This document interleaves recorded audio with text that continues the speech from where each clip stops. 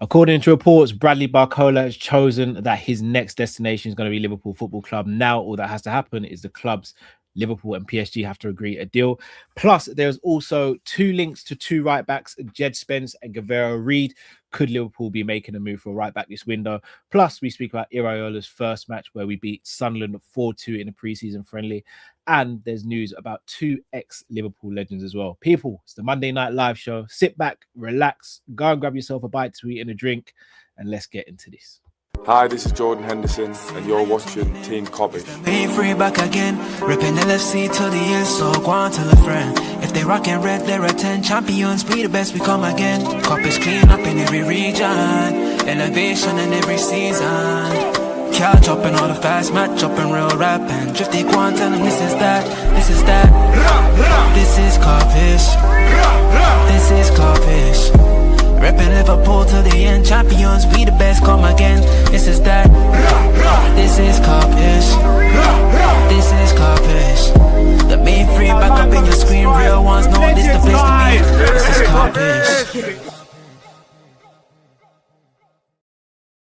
Big up, lovely people. I hope you're well. Welcome back to the channel. Do smash that like button and subscribe if you're new here. And make sure you hype the video as well. Very important as we grow to the aim of 50,000 subscribers. On today's show, I'm going to be speaking about Jed Spence and Gavero Reed, Bradley Barcola, obviously, and Iraola's first preseason game. But before we do all of that, I want to have a little word from our sponsors, okjersey.com. People, £15 is all you have to pay to grab yourself a Liverpool jersey, whether it be a jersey like this, yesteryear, retro, this season's, last season's.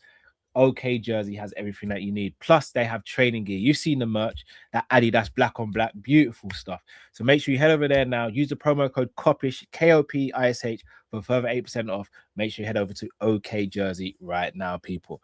Man like Matt, how you doing, bro? I'm all right, bro. A bit tired, but I'm good. But yeah, Liverpool obviously played their first game over the weekend. Appreciate you covering the game, my bro, as always. Come on. Apologies I couldn't be there. Liverpool won. That was the main thing. But we're going to speak about that. And I'm also happy because it's almost like, I don't know why, but people needed a reminder of like who we are and the players that we have. So I put out a little tweet this morning regarding a certain striker.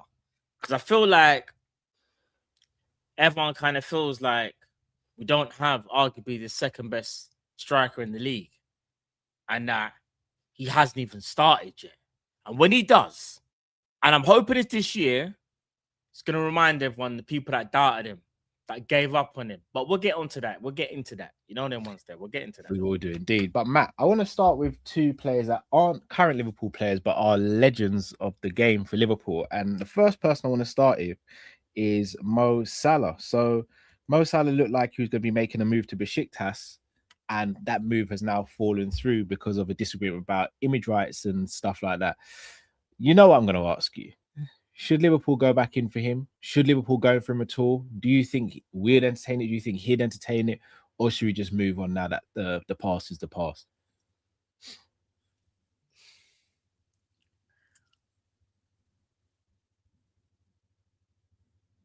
I'll bring it back. Salah, bro. Listen, he's not the same player, though. I feel like if I'm doing it, it's sentimental and it's because it's Mo. I think I'm just because but he's a legend, isn't it? Right, pick up Dean. He's a legend. We got Jamie as well. We got Jamie in the building. Both subscribe to Fam Zone and Liverpool Chats TV. Come on. If we were gonna get Salah instead of Barcola, I'd say no. I'd say no. Oh, no, gosh, no. I mean, what I would say is, let's say that we done all of our business and it was a thing of, well, Salah still ain't got a club. Does he want us to? Like, maybe, but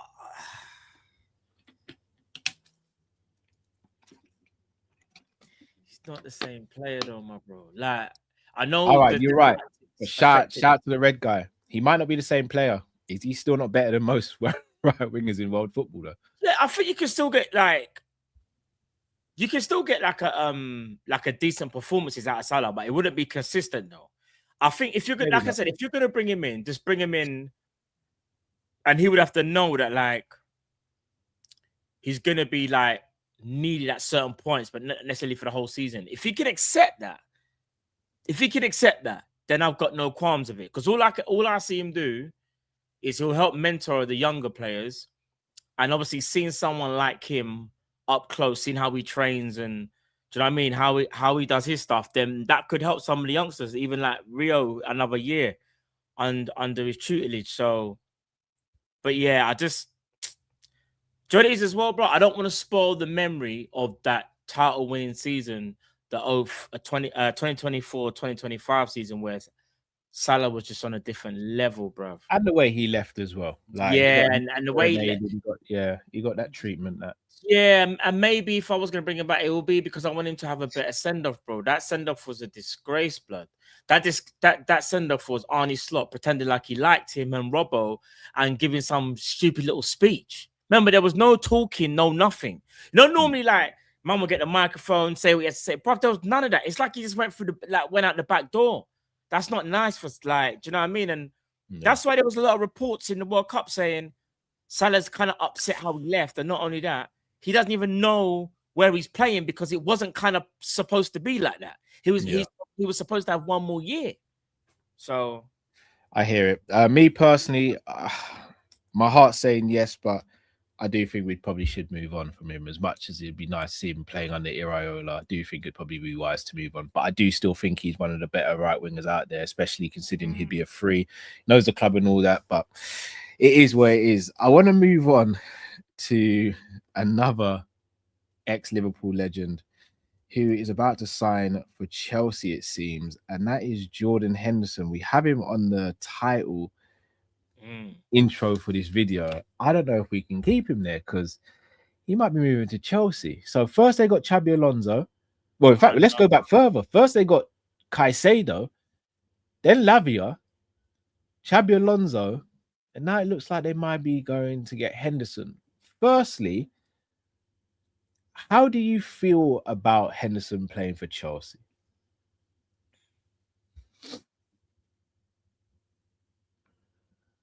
he's lucky he's not like 32, but it's still bad though. I know it's not Man United and I know it's not Arsenal, but the rivalry with Chelsea was quite a big rivalry from when he was playing, so he should understand it. I understand from a human perspective, man's got to make money, bro. You got to make bread. And not only that, he's been given the opportunity to play for a bigger club than Brentford. But I'll be honest, it don't sit well with me, you know. It doesn't. I'm not trying to say like it changes what he's done. No, it doesn't, but it might change the way I look at him a little bit, like in terms of like, raw, like you play for a rival. Like, I don't know, like, and Alonso in Chelsea. Like, I know apparently he's a free agent, right? I think he's a free agent. Yeah. Are you telling me like, I don't know, like, you telling me like what? So anyone that just pays you now a certain amount, you're just like, yeah, no matter. Like, generally, like, this is gonna sound crazy, but this is what makes me question. That's why I don't even really believe in player loyalty no more. I reckon if Henderson got a really good offer from Man United, I don't even know whether he would turn it down. Do you know that? You might say that's crazy. Bruv, he ain't from Liverpool. He from Northeast. He's from Sunderland Academy, bro. He don't really have that kind of thing. Don't get me wrong, he's Liverpool captain and history, but I don't know, bro. As you get older, like, does the rules change? It's a bit weird, isn't it? I'll be real, it's weird. Last thing I'll say, Carl. Last thing I'll say. It's Alonso trying to get that Xhaka player that he wanted. 100%. From a Chelsea standpoint, the deal makes sense because he's an experienced player. He's not going to come in with the demands of. He's basically going to do the role that he did for the England squad in the World Cup, which worries me because it'll make them stronger. He does make them stronger. Even if it's not on the pitch, off the pitch, you do need characters, like, especially considering they're not the most experienced. Now, what I will say is the one thing that that frustrates me is he is going there, but at the same time, he left us and went to Saudi. Then he went to Brentford. Now, like, should we really be crying over this? No, listen, guys. I don't think we should be crying over it. I think he went Saudi. I understood it. He left the country. He wanted to make his money. That's calm, innit? Do what you got to do. Sorry, Ajax as well. He went Ajax as well. I wasn't even mad at the Saudi thing, Man had to go get your bread, rude boy. Even if he's there for whatever, yeah, just go get your bread. I don't even begrudge that. But apparently he wanted to leave for Saudi because Klopp said, apparently Klopp said to him, you won't play as many minutes as you did this season because but they definitely financially looked after him though. 100%. No, of course. Well, apparently he didn't even make that much money from there because you have to stay there for a certain amount of time to get that sort of money. So obviously he made money, but it weren't crazy money. The whole issue is he left in the first place because he didn't want to drop the amount of minutes he was playing. Apparently, that's the rumors that came out. You know what? I understand that though. As a professional, like you got to understand, like he's a professional. I'm saying as a professional, like I played in the Prem. What I'm trying to say is he's a professional football player. That's his life. That's his job. And if he can't play and live his dream and play high quality minutes for a team that he feels is good enough, he's gonna want to go somewhere else. I fully understand that. The thing is, I'm not even mad at him for going for Brentford. I'll be so honest. Like, I'm not mad at him going Brentford, But this Chelsea move changed everything because it's becoming more of like a rival. We don't see Brentford as no rival. We don't look at Brentford and go, oh, nah, man, like, there are problems. Like, Chelsea could potentially be a problem. Could be a problem. All right. They're not in champs. Xabi Alonso. Yeah, no. Hear me out then. Hear me out. Go. Oh, thanks, Joel. I didn't realize you snuck in though.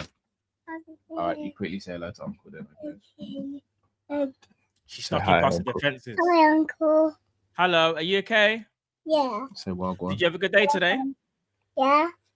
Yeah. Did you let me think. Did you play with your brothers today?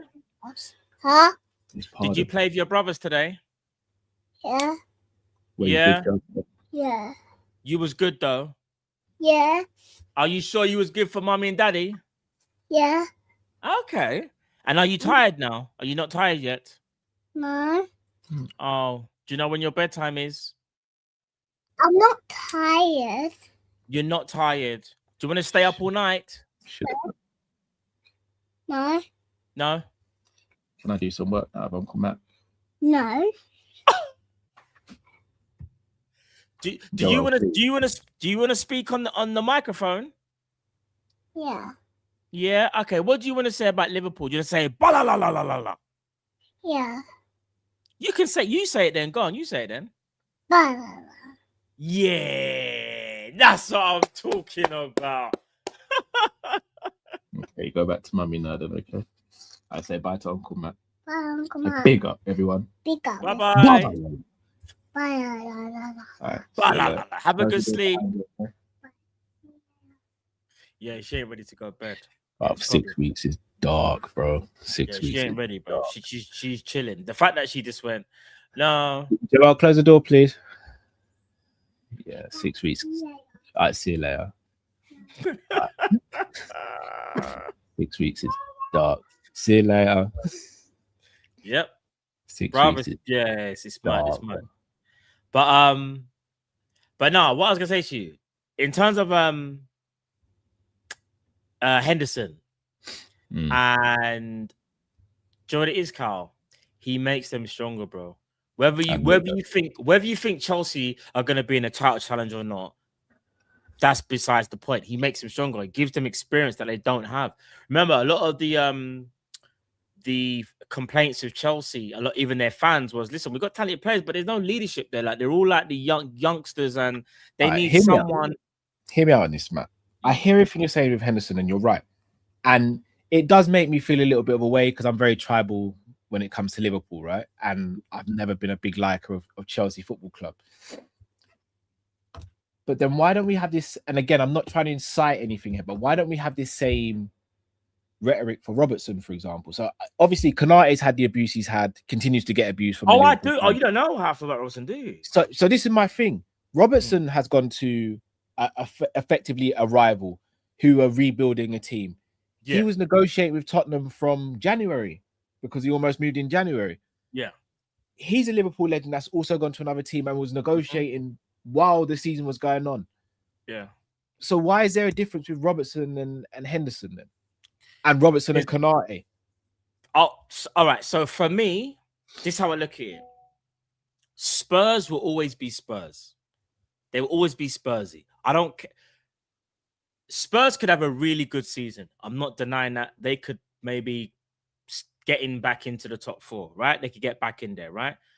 But Andy Robertson wanted to leave when Slot was there because he was disillusioned at the club.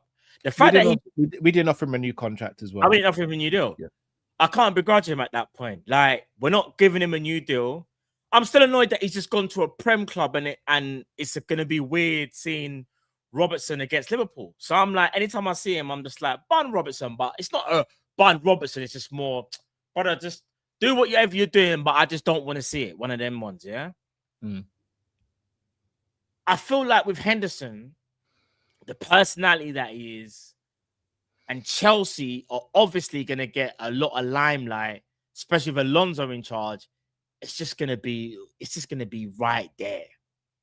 Right there. We won't be able to miss it. What, Alonso, ex-Liverpool manager, Henderson, ex-Liverpool captain who won a Premier League. You know what the headlines will be, especially when we face them. Do you get what I'm saying? Yeah. With Konate, bruv, Konate, no matter what you think about him, you don't see him week in, week out. He's gone to Real Madrid.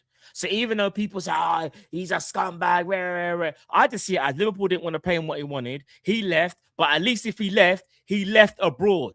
Like, it would be mad if Konate went Chelsea. That's what I'm saying. If Konate went to Spurs, he probably would have went Chelsea. I think the hate would be more. And I get what people in the comments are saying that he's out of it, like Robbo's not in his prime anymore, and Konate still is.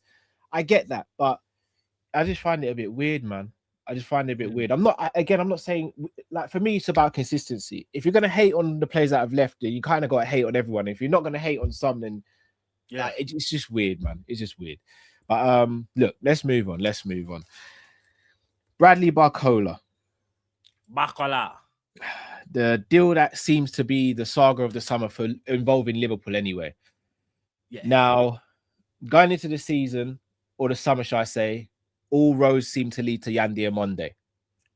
Every Liverpool fan was twerk for Yandy Amonde. He's the guy. He's the future. Go and get him. He solves our right-wing issues. Then he chooses PSG. Then Liverpool fans go, oh, well, that's annoying. Then he rejects PSG, and now he's going to Real Madrid. And PSG are both going, and Liverpool are both going, well, right, he's used us. Fair enough. Real Madrid come knocking. It's very rare that players turn it down, and I can't begrudge him that. Annoying for us because we wanted the player, but I get what's happened there. Yeah. In regards to that deal, though, I think that deal potentially has a knock-on effect with the Barcola situation. Oh, it because does. PSG badly wanted Yandy Amonde. That's because, in my opinion, that would have allowed them to have a buffer to lose Barcola. Now, I still think they got Akliouche over the line as well, but I think Akliouche could end up playing a different in between center 10 and right wing. Now, I don't think Yandy Amonde not going to PSG stops Barcola leaving, but I think it makes it more difficult. It makes them angry to negotiate with. And I'll tell you why. Go on, bro. First case, when we was after Diamande, who was the first team we was battling with to get him? PSG. Yeah. Right? We're the ones that put in the first official bid, 80 million euros plus 20 million euros. It was a 100 million euro deal, got turned down. Then we got told shortly after, Yandy Amonde chosen PSG. Liverpool backed out the race. The problem is, once we backed out the race, though, and because they were just at 100, PSG are like, you man are just effed out the plans because now we're gonna have to pay more. Remember, they were all being quoted 130 million euros. So PSG, from when PSG found out that he chose them, they were trying to negotiate a fee, a lower fee. Lo and behold, apparently, and again reportedly, Diamande's got two agencies. He's got Rock Nation and this other one that he's got some problem with. I don't know the all ins and outs, but Rock Nation apparently knew all along that Real Madrid were waiting. Apparently. I don't know, Cal, but the way that Real Madrid have swooped in and the way how Real Madrid have been able to get him, and apparently is for between 115 and 120 million euros. Wow. We could have paid that, you know. Don't get twisted. Because remember, you don't just put in a 100 million euro bid at Liverpool and then you just walk away. That is kind of mad. So he said, I don't want to go Liverpool. I want to go PSG. Actually, nah, PSG aren't serious. Real Madrid are talking to man. Yeah, boom, Real Madrid.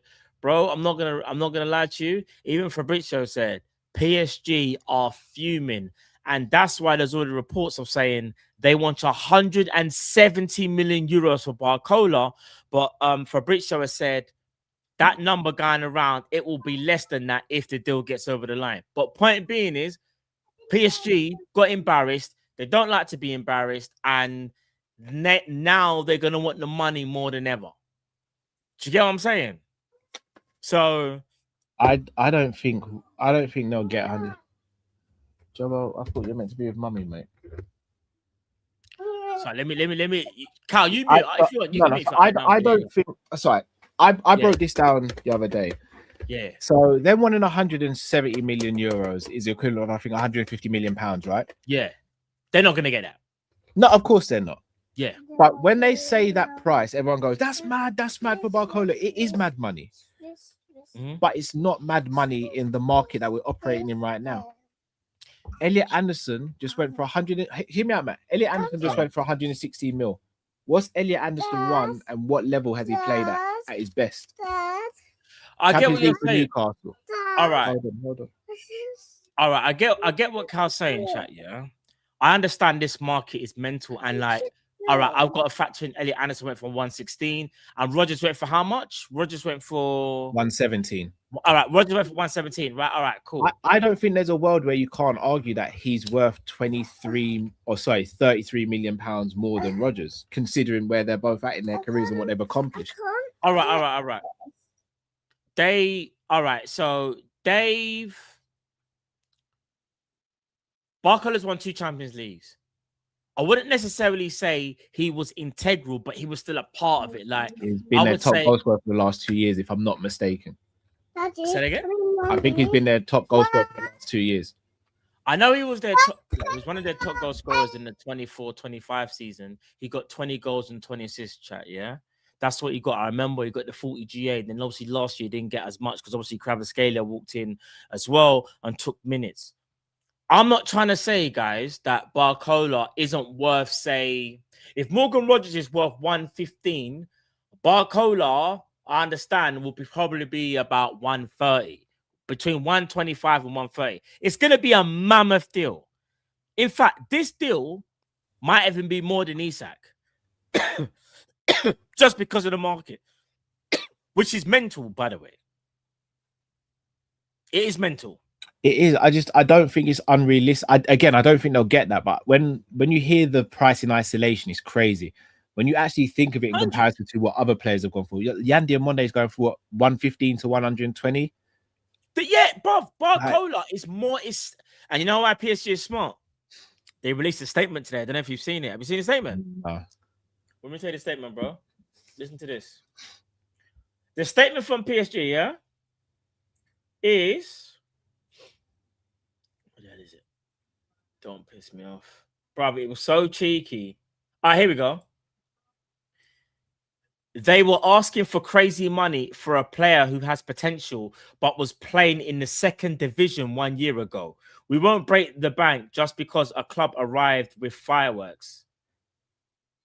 What up? Cheeky. That is mental. That's Firstly, cheeky. to say, do you know how mad it is to? But they're not wrong though. This is the point we've been making all summer. They're not wrong. No. So what that tells. It's not but wrong. By them saying that, bro, that means they're going to charge stupid because Barcola is established. He's been established for like 3 years now. They're going to want more. If Yandy Monday's gone for 120 million euros, I don't even want to say it, but Liverpool are probably going to have to, unless you can find some compromise, it could be like 130, 140 million euros. Yeah. And I'll be honest with you, it's mental, but at this point, we have to pay the money. Because apart from Barcola, is there a winger out there? Again, I can sit here and talk about Kvara, and people can mention Dembele and Due and Vinny and all these. Outside of those guys, who is the best winger we can go and get? It's No, Barcola. Barcola's the one, bro. He's the. Like, I'll be real. Rodrigo could be in Barcola- the conversation, but he's injured, so I can't take the He's risk with injured. Rodrigo right now. He's injured. Barcola's the one. We have to get him. Like, I'll be real. Barcola does change the attack quite dramatically. It changes everything, bro. It just does. Like when you think of the wingers that we have now, Rio, Gakpo, and Munoz, you're thinking, Rio's had he got potential. He looked good, obviously. Gakpo, couple of bad year, but he still got a bit of quality. Munoz, no one even knows what he's doing because no one's seen him play. Then you add in Barcola. Barcola established. He's established. So like automatically that just raises the level. And automatically you're thinking Isak and Barcola link up and Verts. All right, cool. Like it's different. It's different now. Levels are different. I think Barcola is a game changer. That's how much I want us to get Barcola. Obviously, I don't want us to get ripped off. Like, and we're being quoted like 150 million euros or something stupid like that. But I know Liverpool can bargain, innit? My worry is that I haven't said it out loud, but I'm going to say it for the first time. There's nothing stopping another team from hijacking. Like, people could say Arsenal could potentially hijack. They could. Can't rule that out. They missed out on their primary target, Morgan Rogers. I know they brought in the other left winger, but I don't know if he's the guy, but he adds to the squad. Do you get what I mean? Like, we just if we're after Barcola chat, we have to get this deal done as fast as possible because we like to deliberate a bit too much. We like to procrastinate. And I know Fabrizio said like Liverpool are in talks. It's about the fee. It's about the fee. And I do think he is right though. We are in talks, but we need to get this over the line, Cal. Because if we don't, it's problems. You understand, chat? It's problems. Like, yeah, I can't live in a world, guys, where it's Gakpo, Rio, Munoz, and say Minter. I say we've taken 2 steps back if we do that. So it has to be Barcola. So at this point, I don't even care about balance. I just need Barcola, Liverpool. Want to know why, Cal? I had a dream and it never happened. Kanate, French. Barcola, French. Ekitike, French. Jacquet, French. Do you know who was supposed to complete the puzzle 2 years from now? Kylian Mbappe. Wow. Bro, I had a dream. I just never said it because I sound like a psycho. Yeah, all right, Matt Luther King, bro. No, I had a dream, bro. I had a dream. It just, bro, the way it unraveled was horrible, bro. I was thinking, yeah, some of these French brothers, if we get them in now, and bro, even forget Mbappe, Elise. You know, like you're just thinking the more Frenchmen now, but you know, you got me. Yeah. That's what I'm talking about. Bro, that's what it was supposed to be, chat. I know everyone's angry and I fully understand it, bruv. I'm pissed off at Kanate for leaving. I'm pissed off at Liverpool for letting him leave, right? But the plan was Kanate, Jacquet, Barcola, Ekitike, and either Mbappe or Elise. And I'm telling you, it could have worked if we kept Kanate. Man don't want to hear it, but yeah. Here's what it is, bro. So Fabrizio and a few others have said that he's agreed personal terms with Liverpool. But that's only half the story, right? Because the other half is club to club negotiation. Now, we've been here before with Liverpool. We've been here on the good side where we get stuff over the line with Newcastle and Isak and Verts and Bayer Leverkusen and Ekitike and Frankfurt. We've been on that good side. We have. We can't sit here as Liverpool fans and just say, oh, we never do. We do. We get deals over the line. Not the rate we want to potentially, but we get deals over the line. But we've also seen the other side, man. I know. We don't pay the money. And we walk away. Do you think there's a world where PSG go unless you meet the valuation, he's got 2 years left on his deal. We can take a financial hit if we have to in a year's time, but we're not selling for cheap. You either pay the money or F off. Do you think that we can face a situation like that? We could, yeah, I'll be real. I think PSG aren't even scared to allow Barcola to go to 1 year left because you want to know what, Cal? If the market stays how it is, they'll probably still get 70 million for him. I'm not even joking. Like, here's the thing. They know as well, even if Barcola's unhappy during the point in the season, we've all seen it'll be reintegrated. He'll kind of get along with it. He won't be happy. He'll just be thinking, I'll play out the season and then hopefully I can go over a year left. But, bruv, they've got Kvaratskhelia, they've got Dembele, they've got Doué, right? Those are the main three, yeah? They're trying to add and get Kop-ish. And obviously, if reports are to believe, they're trying to get Ferran Torres as well, innit? Do you know what I mean? Because they lost Goncalo Ramos. And obviously, they still have Barcola. I know that they still want to have 4 to 5 really good. I think they want 4 serious attackers. Hence why they wanted Diamande. And then you kind of get like the 5th one that's just good. He's not like serious. Yeah. PSG aren't scared to do that, bro. They're angry. Like, I would be angry. Bro, they thought they had Diamande, bro. When obviously they probably got wind of like, obviously he doesn't want to play for us or whatever, and he's chosen them. They're thinking, all right, cool. We'll pattern this now. We'll just talk to Leipzig and them, man. We'll get this patterned in no time. They took too long, and in the background, Real Madrid just be out here lurking, bro. And now they're pissed off. They have a right to ask for stupid money. They don't have to sell Barcola. They don't have to sell him. Let me ask you another question. Over the weekend, Vinny Jr. was linked with Arsenal. Yeah, now, straight away, we all said, this is Vinny trying to get a new contract at Real Madrid, which is, I do believe that is the case. Oh, he wants to stay at Real Madrid? But what's to say Real Madrid? Let's say Real Madrid say, well, we're not going to give you the term that you want. And he just goes, all right, well, I will go. No, I will leave. Do you think that PSG could potentially get involved in that situation? Or yes, they would. They would. Do you honestly think so with them having Kvara's already?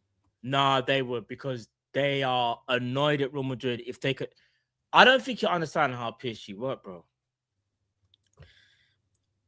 Barcelona found out the worst way.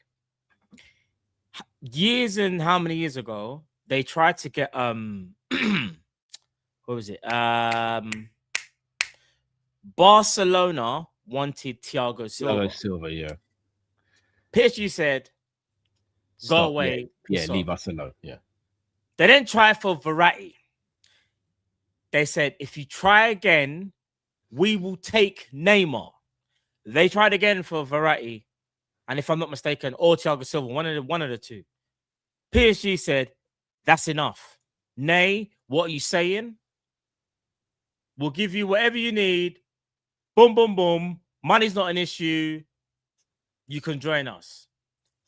They are that club. You see, PSG, when they are in like a spiteful mood, you don't want to ramp with them. Bro, they will take Vinny, even if it meant like, oh no, like Kvaratskhelia, for example, had to change flank or something. Like, they're like that, bro. And they'll just play Doué in the 10. There was already reports that Doué apparently was going to play 10 this season for Luis Enrique's side to allow Yan Diamande to play on the right. But I'm telling you, PSG are like a spiteful club, you know. Don't ramp with them. So they will get involved. 100%. So then I ask again. So let's say, for example, Vinny is saying he wants to leave and Arsenal lose out on Vinny. Yeah. Do they look at Barcola? Who, Arsenal? Yeah, I think they do. I think when you got players like Barcola and Vinicius Jr. that potentially could be available, bruv, all the top clubs that don't have left wingers or wingers of their quality are they're gonna get involved. And we can't underestimate these other clubs. Like, I think people just sit here and think because we're Liverpool and the players said that he wants to reportedly join, that it's a done deal almost. It's not. These deals live on a bit of a nice edge when it gets to a certain magnitude of a certain amount of money and reputation of the player. Bro, I reckon Barcola is probably given his priority to Liverpool. But you see, if we take too much time, bro, He might get fed up and be like, you know what, I'm cool with Liverpool, but what the Arsenal still are they still in, they still want me? What's their offer saying? Like, it's just like natural. Like, these things are natural, bro. Like, we can't just assume that because he's in talks with man that it's kind of like a foregone conclusion. I don't want to go that far because I feel like with Verts and Isak, especially with Isak was a little bit different. Isak only wanted Liverpool. He rejected offers from Saudi. He rejected offers from other clubs. Like, he just said, I want Liverpool. You can't chat to man. I don't know whether Barcola's at that stage. I think he's at that stage right now. But the longer a deal goes on, it does test like the mentality of the player and whether it's a money thing or whether he genuinely believes like Liverpool is the right place for him. Because Fabrizio's putting things like he believes Barcola believes that Liverpool is the perfect place for him. And the wording is like for Fabrizio to use the word in like perfect and stuff, that means he's kind of like being told and he's been briefed by the agent he wants Liverpool. But we just got to make sure like that deal gets done, bro. Because if not, it's peak. It's absolutely peak, bro. So, is there a price where you'd walk away? Yeah, there's always a price. What would that price be? We can't be paying like 150 million euros or something, bro. Why not? Why not? Because if we pay 150 million euros for Barcola, we're adding to the multitude of madness that's this transfer window for future down the line. So it could affect deals down the line. And I know people will say, well, you get Barcola and who cares, right? But there has to be a point where you go, that's actually bad business. Is that really good business? Is that really good business? Like, are you buying the best winger in the world? Are you buying Kvaratskhelia? Are you buying Elise? Like, Barcola is in and around there. He's in and around. He's not the best, but he's in and around. He ain't no second-tier winger, but he's in and around there, man. I'll be honest, I'm kind of with Dexter here. The market's the market. So you listen, it's not my money, so I don't care, innit? Like, bro, it's not my money. Bro, I'll never see that money. I don't care. What I'm saying is, though, is when teams realize you are willing to pay whatever it takes, it's going to be like that for every single player you go for, bro. Maybe some players, not everyone. Sometimes there'll be release clauses. Sometimes you'll have more negotiating power. Right now, we don't have the negotiating power. We don't, man. Let's just be real about it. Everyone in the world knows that we've got the Yandy and Monday money. Everyone in the world knows we need at least one more established winger. Do you want to hear a joke? Do you want to hear a joke? When we got rejected for Yandy and Monday, the fee that was quoted to us was more than what Real Madrid are paying now. Do you want to know why? Leipzig knew we were going to pay that no matter what. No, you see Real Madrid, when they walk in the door and they say, this is what we're giving you, they give you the money and they're like, boom. Bro, I'm telling you, I'm not saying this. We're not Real Madrid. I understand that, but we got to be careful what we're paying. It's not my money. Like, again, it's not my money. I couldn't care less if Liverpool spend 300 million. What I am being careful of is I don't want us to be rinsed by other clubs and we're just making stupid deals just because we want players and just pay whatever. Because if that's the case, then shout out to LFC09, but we're getting new investors supposedly. So why are we bothered? Yeah, but that hasn't happened yet. What are we doing? But if it happened, then. But we can only go in with the present. But the new investor stuff might not even happen. It might not. Do you know what I mean? We can only go with what's happening. What's happening right now is we need Barcola. But if I said to you right now, Cal, would you pay 150 million pounds for Barcola? What are you saying? If there's no other options on the market, and again. So to caveat it, I'd say if there's no other options on the market for the left wing and we still get a right winger, a centre back and a right back, then yeah, I'd do it. We need to be careful we don't turn into Man United, you know, because they're trying to change that narrative now. Look what happened to them. See, when you start making bad deals and stuff. I hear it. And the reason why I said that, Cal, the market's the market. We put ourselves in this situation now, so we have to now go with it. Like, we've effectively left the car to continue getting worse. So now that when we take it to the garage, at first we thought it was just, the tire. It's not just a tire now. The suspension's a problem. Something else is a problem. I can't go to the mechanic and go, Yeah, but a year ago you only charged me this for the tire because I've effectively left the mess to happen, so I now have to pay the money to sort it all out. So, Matt, I hear what you're saying in terms of it's a high price, but the market's the market, and I want Liverpool to win next year. So And would you pay Barcola gives me a 100? better chance. So would you pay 170 million euros, their asking price, for Barcola? Would you pay 170 million euros? That's the asking price, by the way. Honestly, Matt, yeah, if we have to, I would do it. And again, he's not even my first choice. There's other players that I'd want to sign. Well, ahead I of want him. Barcola, but I feel like you have to negotiate it. You have to, because No, if we don't negotiate them with the most stupid club going, which no. The reason I said that it's not even be about 170. I'm just saying there's going to be a price, in my opinion, that the club have in their mind that is going to be that's like a cut-off point. Has to be, because we have a budget. We just don't know what the budget is. Okay, every club has a budget. If anyone can name me another left winger on the market, and again, ain't with all one, respect, Rodrigo's. I'd love us to sign Rodrigo. I don't know crap. how Rodrigo's going to come back from the injury, and he's not going to be available straight away either. If anyone can name me another winger in fact, just a winger on the market that is as good as Barcola, then I'm all ears. But otherwise, there isn't. Bro, all right. Pay 125, 130, get Barcola. I'm cool with that. I think that's kind of the cutoff point. Well, not cutoff point, but that's a kind of reasonable deal considering the market is just bare stupidness. Like, just pay that amount of money, because, like I said, Barcola is good enough that he transforms Liverpool's attack dramatically. We can't go into a season with Gakpo, Rio, Munoz, and some unknown quantity, or another Munoz, basically. Not disrespect to Munoz, but someone that we just don't know. It has to be established bad man. Barcola is an established bad man. Pay the money. I'm saying pay it, Carl. But just be smart at the same time. I think two things can be true. Because you can't just be ripped off just because Barcola is the only other bad boy on the market. Do you get what I'm saying? Because we don't know what our budget is. Because if I said to you right now, Liverpool had to use 3/4 of their budget, and now we can only get a centre back and we can't get a right back, you're going to be like, brother, why did we spend? Should we not have been a bit more careful? But then I'd ask you, Matt, which other winger could we have gone and got then? I don't have the answer. That's for them scouting man to do. I'm not a scout, blood. I don't get paid to do them. I get what you're saying, but there will always be another winger. It's just that Liverpool fans probably won't be happy with what's been offered to us. Do you get what I'm saying? I can give you a winger right now, William Gomez from Porto. Not many people know about him. He's decent, but he probably ain't gonna do. He ain't gonna mash up the Prem. So there's players out there, but the options are limited, bro.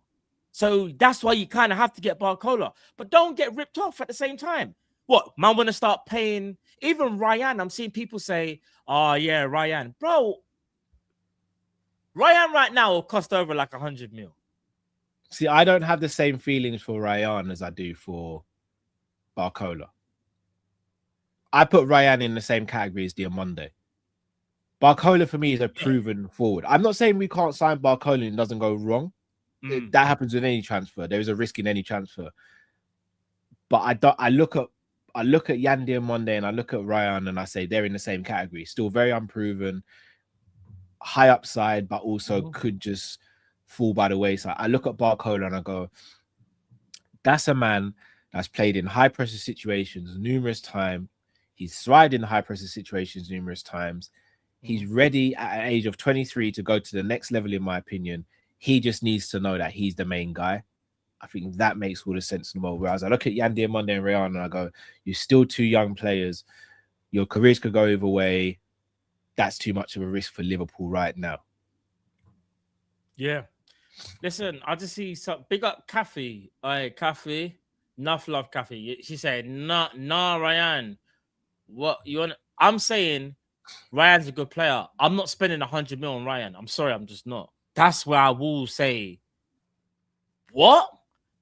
A guy that's been in Europe for 6 months. You want to spend 100? We'll come back to Ryan. Drift. What's your thoughts on the Barcola? I'll rate him, Kathy, but just can't be spending. Yeah, apologies, guys. I've been having internet problems for about half an hour. Can you hear me and see me all right? Am I all right? Yeah, all good. Because you lot on my end are constantly glitching, so I know it's something to do with my end. Yeah. So yeah, apologies for being late and it cutting out, but I don't know what's going on with my internet. The Barcola stuff. I'm gonna be honest with you, lot. Yeah, I don't rate Barcola anywhere near high enough to be like giddy over this whole thing. I'm just at the point now where I feel embarrassed, and I just need something to flex on everyone and be like, nah, we're still, we're still that team. We're still that team. And I think paying all that money for Barcola and getting one of the only good wingers left in the world who's available kind of brings back a little bit of self-respect to the club, especially Diamonde going to Real Madrid as well. Like, that wasn't even a team we was apparently rejected for, so it feels like a double rejection. It's like, rah, we got rejected for PSG, but they didn't even go PSG, he went somewhere else. Sorry, Jeff, can I ask, how do you think we've been embarrassed so far? Because we just don't look like we know what we're doing. We force Mo out the door. The person we're supposed to replace him with then ends up rejecting us for whatever the reason may be. Now we're just standing around with our tail between our legs, kind of scrambling, trying to make a new plan while our CEO's ducked out and our director of football's on his way out in a month. And just, like, I don't know, like, I don't mean embarrassed by someone else per se, but it's like we're embarrassing ourselves. We're the drunk uncle at the party at the moment. Get it together, bro. Do you get what I mean? Like, you've walked in, everybody, you know what I mean? Everyone's like, why aren't you dressed properly? That's a party, bro. Why you got sliders on? We've come in drunk as the, you know what I mean? Like, we're embarrassing ourselves a bit at the moment. Get it together. Do you know what I mean? Like, get it together. Go upstairs, get changed, put your proper shoes on, come back downstairs, get a drink of water, get yourself together, man. We're at a party. Do you know what I mean? Like, I don't know, bro. I do hear what you're saying, but I just want to stay on the Barcola situation, though, Drift, because we have to be fair. The window hasn't shut yet. A lot could still happen. I'm frustrated with the window, but the window hasn't shut, so I can't crash out yet. But just the Barcola situation, what is it about him why you wouldn't feel giddy? Because you've always been someone who says, I don't want to just spend money for the sake of it. So why now are you saying that you just spend money for the sake of it because you want to flex on other teams when that's not? That will be dependent on how much it is as well, then, Cal. So that's where there's got to be a cap, like you lot were just talking about. I'm not paying more than 110 for Barcola. I'm not paying more than 110 for Barcola. That's absolutely outrageous. I don't know what that is in euros. Would that be about 125 in euros, right? I don't know how much the conversion is, but 110 English is the highest I'm going. Like, I get that there's not many players in the market and you are scrambling around, but I agree with Matt that there comes a point where it's just bad business. I remember, Cal, you've been one of the sticklers for not letting people make you look stupid in the market because everyone else will mug you off afterwards. So I get that Barcola's not the type of player where you look like a mug if you overpay, because the world of football does rate Barcola, but there does still become a point where you're like, nah, Liverpool will just pay. Yeah, look, they'll just pay. Just mug them off for a little bit and they'll pay. Because we effectively did it with Isak. I don't know if anybody feels like Isak was worth it or not at the time. I can't remember. We were just happy we were getting the player. But we did kind of do the whole, in the end, we'll just pay it. So if we do it again for Barcola, it will become a tiny bit of a, if Liverpool want the player, just mug them off for a little while and eventually they'll pay. Do you get what I mean? And I don't want Liverpool to go down that road either. So 110, Cal, if they start talking about they want like 130 million pounds, if it goes up to that much, I don't blame Liverpool for walking away. As annoyed as I'm going to be that it looks like, what the hell are we going to do with ourselves? It does get to a point where you're like, there has to be a limit to the amount of money you're spending on this player. So, I don't know.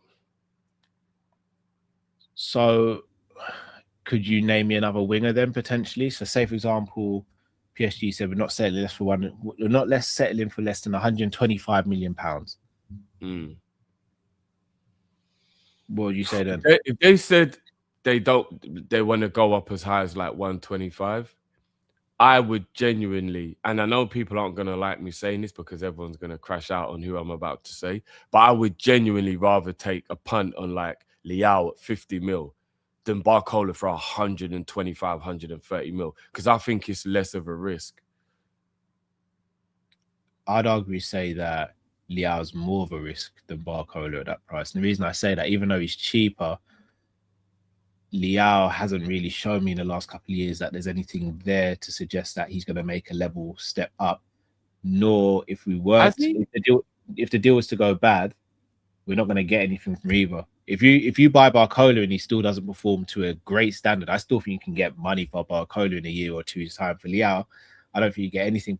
I'll be real with you. If I ain't seen nothing over the last 2-3 years, maybe not 3 years, I ain't seen nothing over the last 2 years for me to go, yeah, Liao still got something. He's still the guy. There's nothing there for me that suggests that. I mean, I have. Whenever I've watched Milan, whenever I've watched him, I still can tell there's a player there that just can't be bothered, and motivation would turn it around.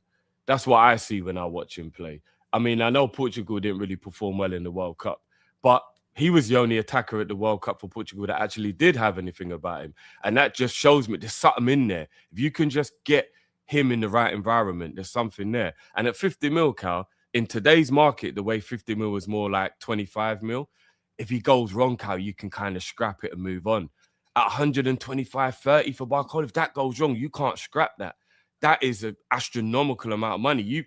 We're stuck with Barcola for 5 years if we pay 130 mil, bro. I swear that unless he plays so well, we got to worry about a Real Madrid wanting to steal him.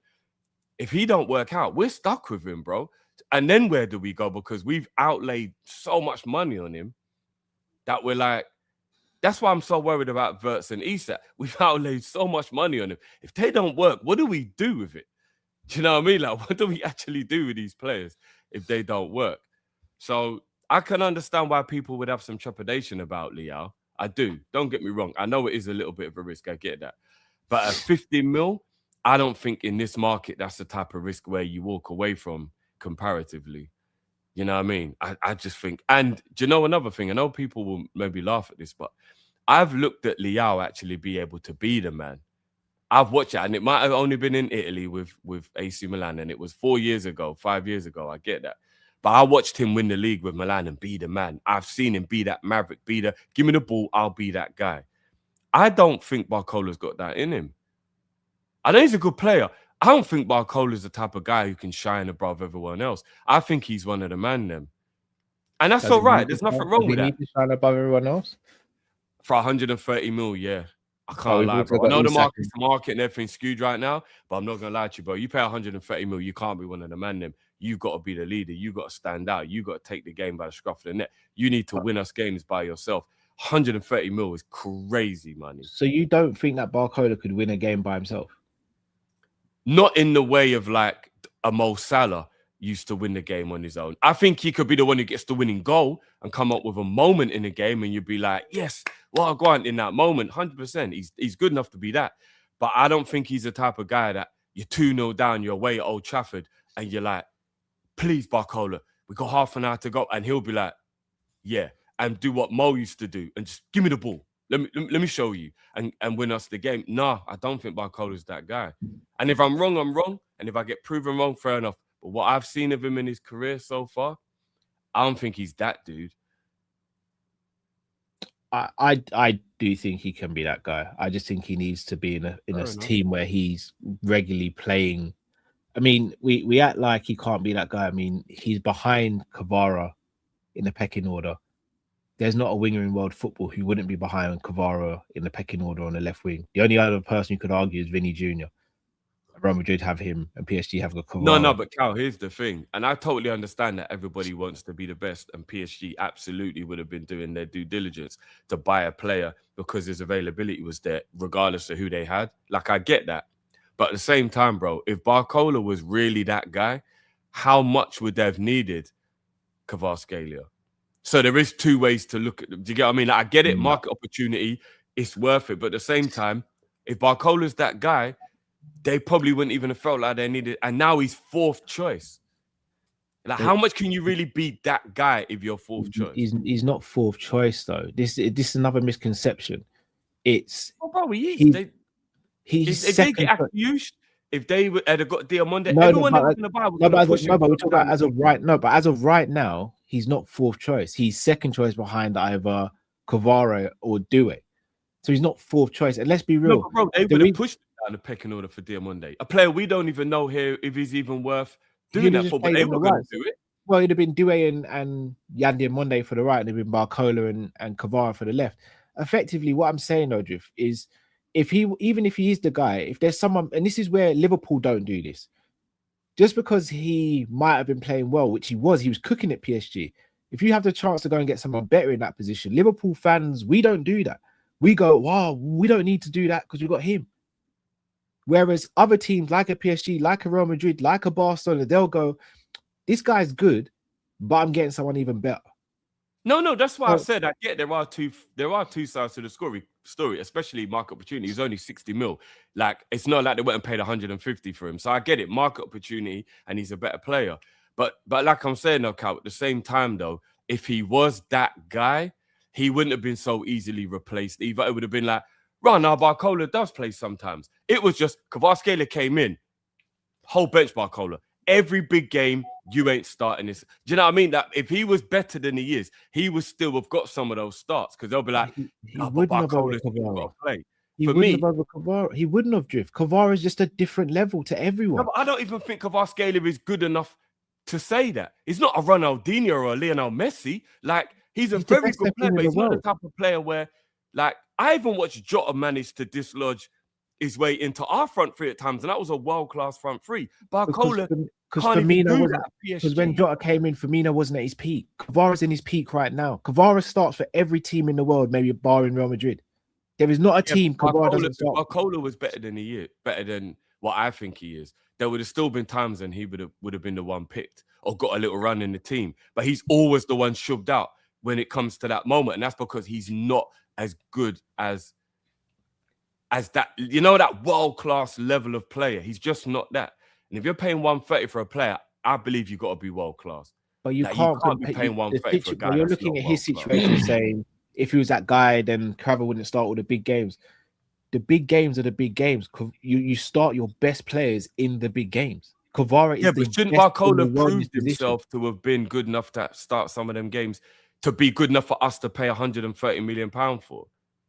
That's the point I'm making. But so what games? Because that's the whole reason he wants to leave. I've never watched a Champions League game, and it's an important game, and Barcola started over because they've got Kvara. I've never seen it. No, wait a minute. Didn't he score against Chelsea? Yeah, he played against Chelsea. I'm not saying he hasn't scored. I'm saying he doesn't start. If Kvaratskhelia is fit, he starts the game. That's the but point I think with PSG, everyone.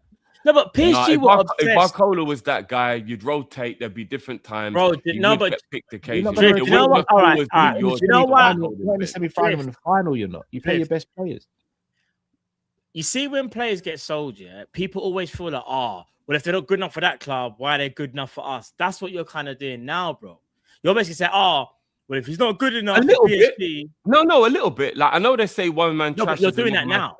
But I'm not paying 130 for a guy that you guys don't even rate that highly. But I got to pay you 130 for him, bro. PSG between rating highly and not rating as highly as someone else. PSG want to keep him, as far as I'm aware, anyway. He just don't want to sign a new deal, Drift. So they want to keep him. He's like, no. But that should bring his price down. Drift, hear me out. 24-25 season when we won the league. You know, Barcola got 20 goals, 20 assists in it. You know, it was moving mad. I'm not counting goals and assists from the French league, with all due respect, because people told me you can't count Europa League and other lower leagues. The French, I'm not counting the French league. No, I'm not going to do it. The French league is way high level than Europa. Plus, he's got Champions League credentials. Yes, Joe, of course it is. Come on, man. What are we doing here, Drift? If we take PSG out of the French league, what makes it better than the Europa League? That there's better teams in the French league. PSG have just won the Champions League. Back to back. No. I'm outside of PSG.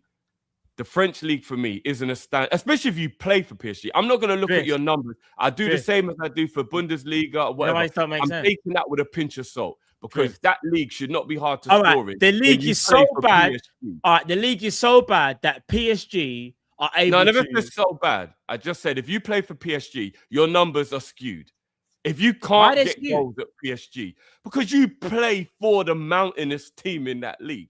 It's like Bayern Munich in thing. It does bring it down a little bit where you look at it because you go, but you are playing for the best team in that league who batter everyone you play. But there's players that are coming out of league. But there's players that are coming out of Champions League goals, Andrew. Do we just league are now that people I'm like saying, like Lamine Kamara, Mamadou Stangara. There's talents there.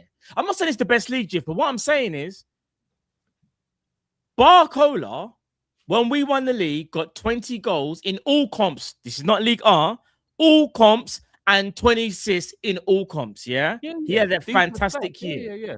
Last year, if I'm not mistaken, I don't know what he done, but obviously wasn't as good because of the minutes, because of Kvaratskhelia. Bro, PSG want to keep Barcola.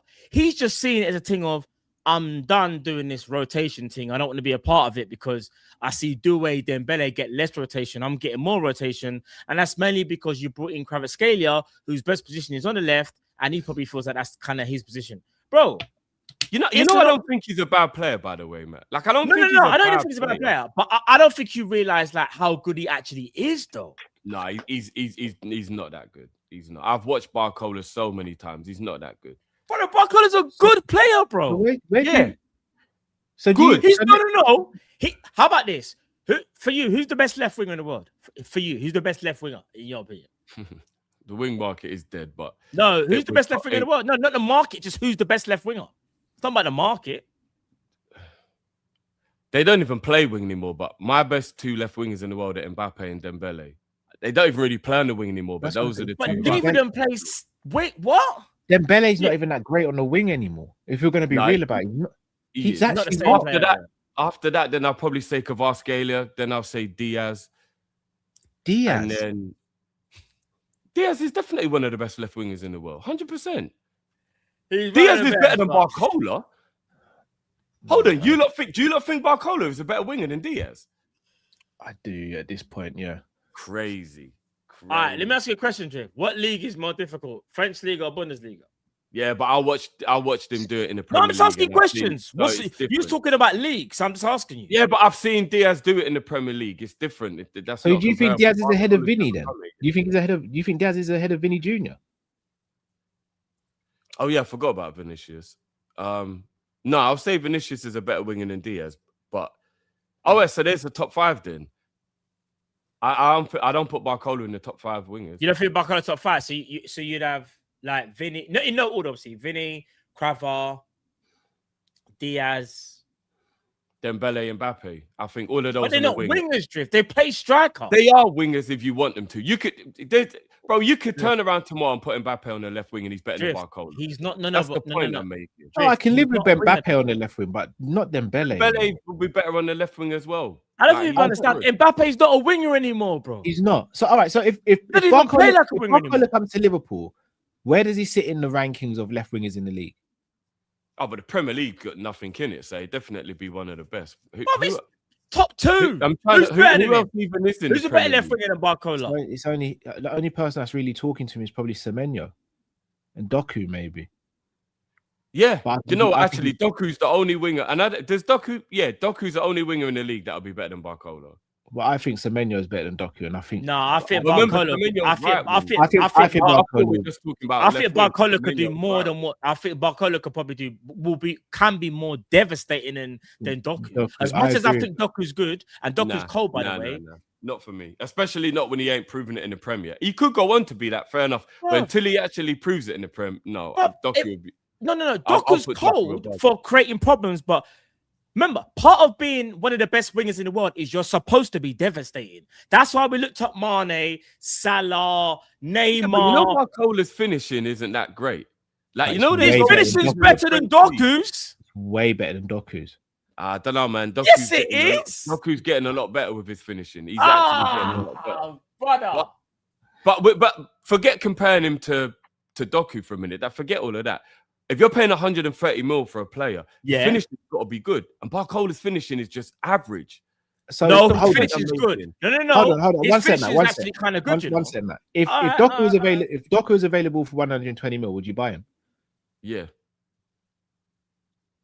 I think Doku's better than Barcola. But he's not better. But you just said for that sort of money, you want their finish to be good. But for me, Doku's the best one-on-one winger in the world, bar maybe Yamal.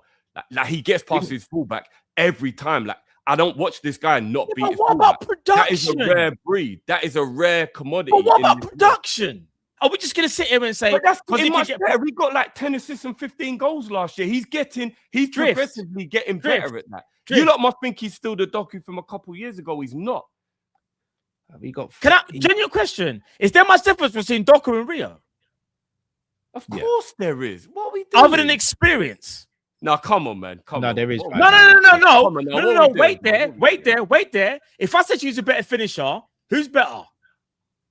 He's a better finisher. I don't Bro, know. Rio hasn't done anywhere near enough to be compared to one of the best wingers in the Bro, world. Come this on, man. What we I doing? rate Doku, but See, I man is don't have talking like Doku, because Doku's Doku not one of gets the best wingers in the world for me. bro, because Doku's gets top 10. past his- Doku this is is easily top 10 left winger in the world. Easily. Maybe You top can't 10. name me 10 top. You can't name me 10 Doku wingers. gets No, in maybe top not. 10 Yeah, no, because the obviously winger top 10. market, So like if you're you in the said, top 10, is then we can't be atrocious. comparing you to Rio. Come Bro, on, a top no, 10 I'm winger not- I'm not- compared no, to Rio. Bro, no. What I'm Come on, saying is man. this though: the winger market, like you said, is so trash. If Doku gets into top 10, the winger market's finished. Because I'm gonna be honest, a guy that can get past his fullback but then struggles to do anything else can't be top 10 in No, but in that's my not the eyes. case anymore. That's a false narrative. He doesn't struggle anymore. He does Anyway, struggle. forget He does struggle. doing the whole Doku thing or whatever. I just does think struggle. that there's got to be a point where you cut off paying for Barcola. And I think 110 is where I would be like, do you know what? Going over this is crazy. If we start going into the realms of 130 mil and all that, that's just crazy money, man. So who's the alternative? Because it's not going to be Liao. We're not going to go in for Liao. So who's the alternative then? There aren't any, which is why we'll probably end up having to pay the money. But we're definitely getting shafted, and we definitely got a real he better work on our hand type of situation. And again, I like Barcola. I don't think he's a bad player at all. I just think there's got to be a cut-off point where you don't get mugged off. That's all it is. There's got to be a cut-off point where you don't get mugged off. Fairs. What's the most you lot are paying for him? I'm at a At point where I'm going to pay whatever it 130, takes. 130, I'd say 130. No, sterling, not euros, sterling. Sterling, What- 130. We paid 130 sterling. Yeah. Rogers Damn. went for how much? Roger, yeah, that's what I'm saying. Rogers went for 117 Rogers mil. for how much? Elliot Anderson, Yeah, not in but the we can't- forest. No, but we can't keep looking at situations, man. Maybe the other team were a bit muggish. Like maybe Chelsea were just muggish to pay that. But that's the Diamande market is- we're in now. Diamande has had one season and he's going for like reportedly like 120. Barcola is more established than Diamande. Let's not even do that. All three of those players. He's more established in all three of those Let- players. let's 120 not do that. euros or 120 pound. That's 120 euros. I think it it might must be because Spanish teams don't buy in pounds, so that must be euros. Yeah. So what's the 120 But- euros?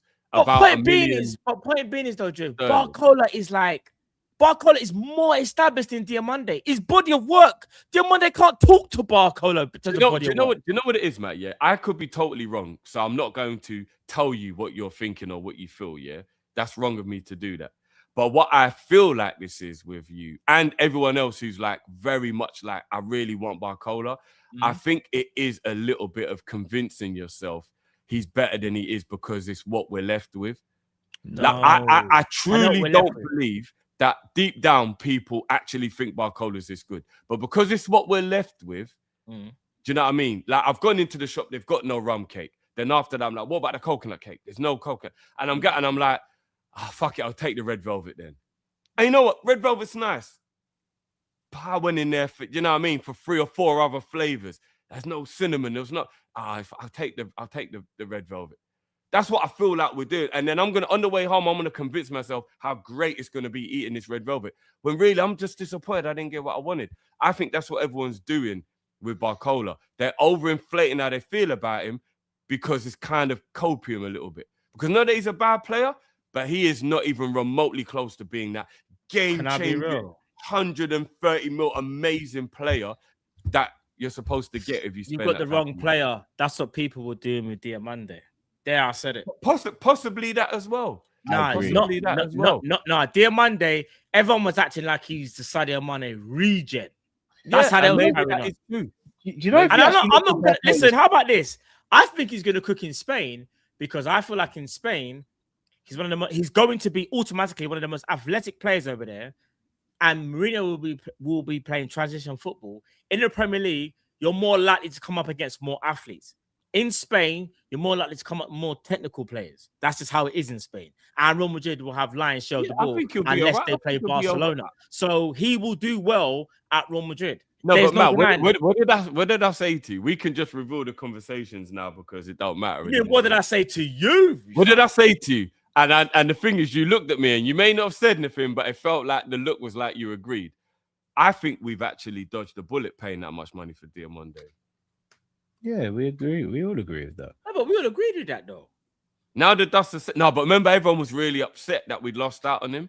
But now I look at it and I'm like, I kind of think we dodged the bullet. If we'd have paid If that I was much for upset, him, I would have tweeted. I didn't even, bro. All right, so all how right, about maybe this? we are on the same page then. That's fair enough. How about but- this? I think Diamonde is a good player. I do think he still would have improved Liverpool. I just don't think he was the player that maybe some people, the level that they put him at. I just don't think he was there. Do you get what I'm saying? Barcola more established. I'm not trying to say Diamonde wouldn't have worked or something, but I think for him to walk in the league, that amount of pressure, it might have been a bit mad. That's what I'm saying. Stop arguing. Stop it. Do you get what I'm saying? Put it like this, yeah. If we pay over the odds, way over the odds for Barcola, I'm not gonna crash out. I'll just try and look on the positives and be like, right, we got the player. But you lot are asking me to speak about it from a logical point of view right now, and take the emotion out of it. Just from a logical point of view right now, I just think it's crazy money in a crazy world where at some point you've got to put your foot down. You know what I mean? But again, I'm not going to crash it if we get him, because I do hope that we get him in terms of there aren't many options. So I agree with that. So when Cal says he'll just pay whatever it takes because there's no one left, I get why he's saying that. Like, I don't actually think that's a crazy thing to say. I don't agree that that's what the club should do, but I don't think Cal's crazy for saying it. I get where he's coming from. Do you know what I mean? We are at that point. You know what it's like, Matt? You remember that time when we were stuck in Shoreditch? And we just had to pay what the cabman wanted because it was like, we just got to get home now, bro. Yeah. I understand. We knew we paid too much for that cab, but we just wanted to get home. It was 4 in the morning. Man just wants to go sleep now. Do you get what I'm saying? Like, I hear it. It would be one of them kind of scenarios. Do you get what I'm saying? But like, I do think. I think you're underrating Barcola, Drew, personally. Yeah, I think Barcola's better than what you think he is, even though I don't think he's world class. He's not the best winger in the world, and for that money, you want the best left winger in the world. Give me, before we move on to the next subject, give me a comparative player to him from past. So if I said to you, give me a past winger that you think is on the same level as Barcola. I know maybe you can't because I put you on the spot, but who would you name? I can't think of anyone off the top of my head, but I genuinely believe and again, him coming into the Prem in a team where he knows he's going to be the main man in the Iraola system, I think he cooks. He reminds me, and I want people to chill here. He reminds me in terms of how he is like a Salah. He's not going to score every single chance, and he won't score as many as Salah, but he will get a good amount of goals because he's a constant threat and he's constantly thinking, volume striker. He's volume winger. If you look, volume. Look at his catalogue of goals. His catalogue's actually very good. This notion that he's rubbish in front of goal is crazy to me. It's a myth, in front of goal. No. Score the goals that he's not rubbish in front of goal, but you can't trust him. There's a difference. He's not rubbish in front of goal.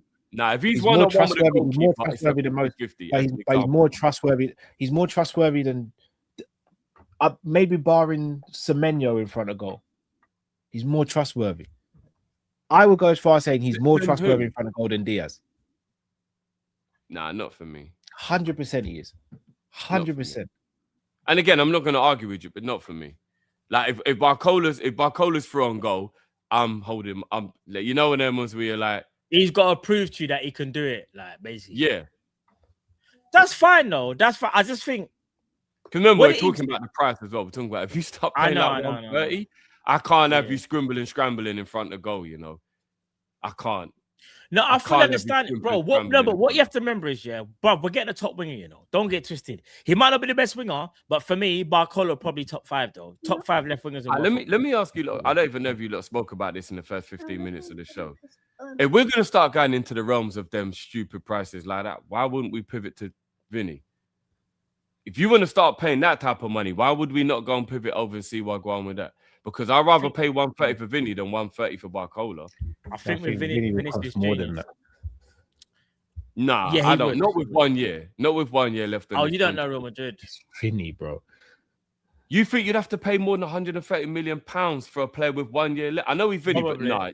Again, Vinny's better. Vinny's a better footballer, but again, I even hate, you know, my Vinny thoughts don't on want to playing leave Barcola right though. wing. This is what One man. of No, those no, if he wants to I'm leave, just saying, wouldn't you rather test the water? I don't think he'll leave Madrid. But when you rather test the waters if you're going to start spending that much money?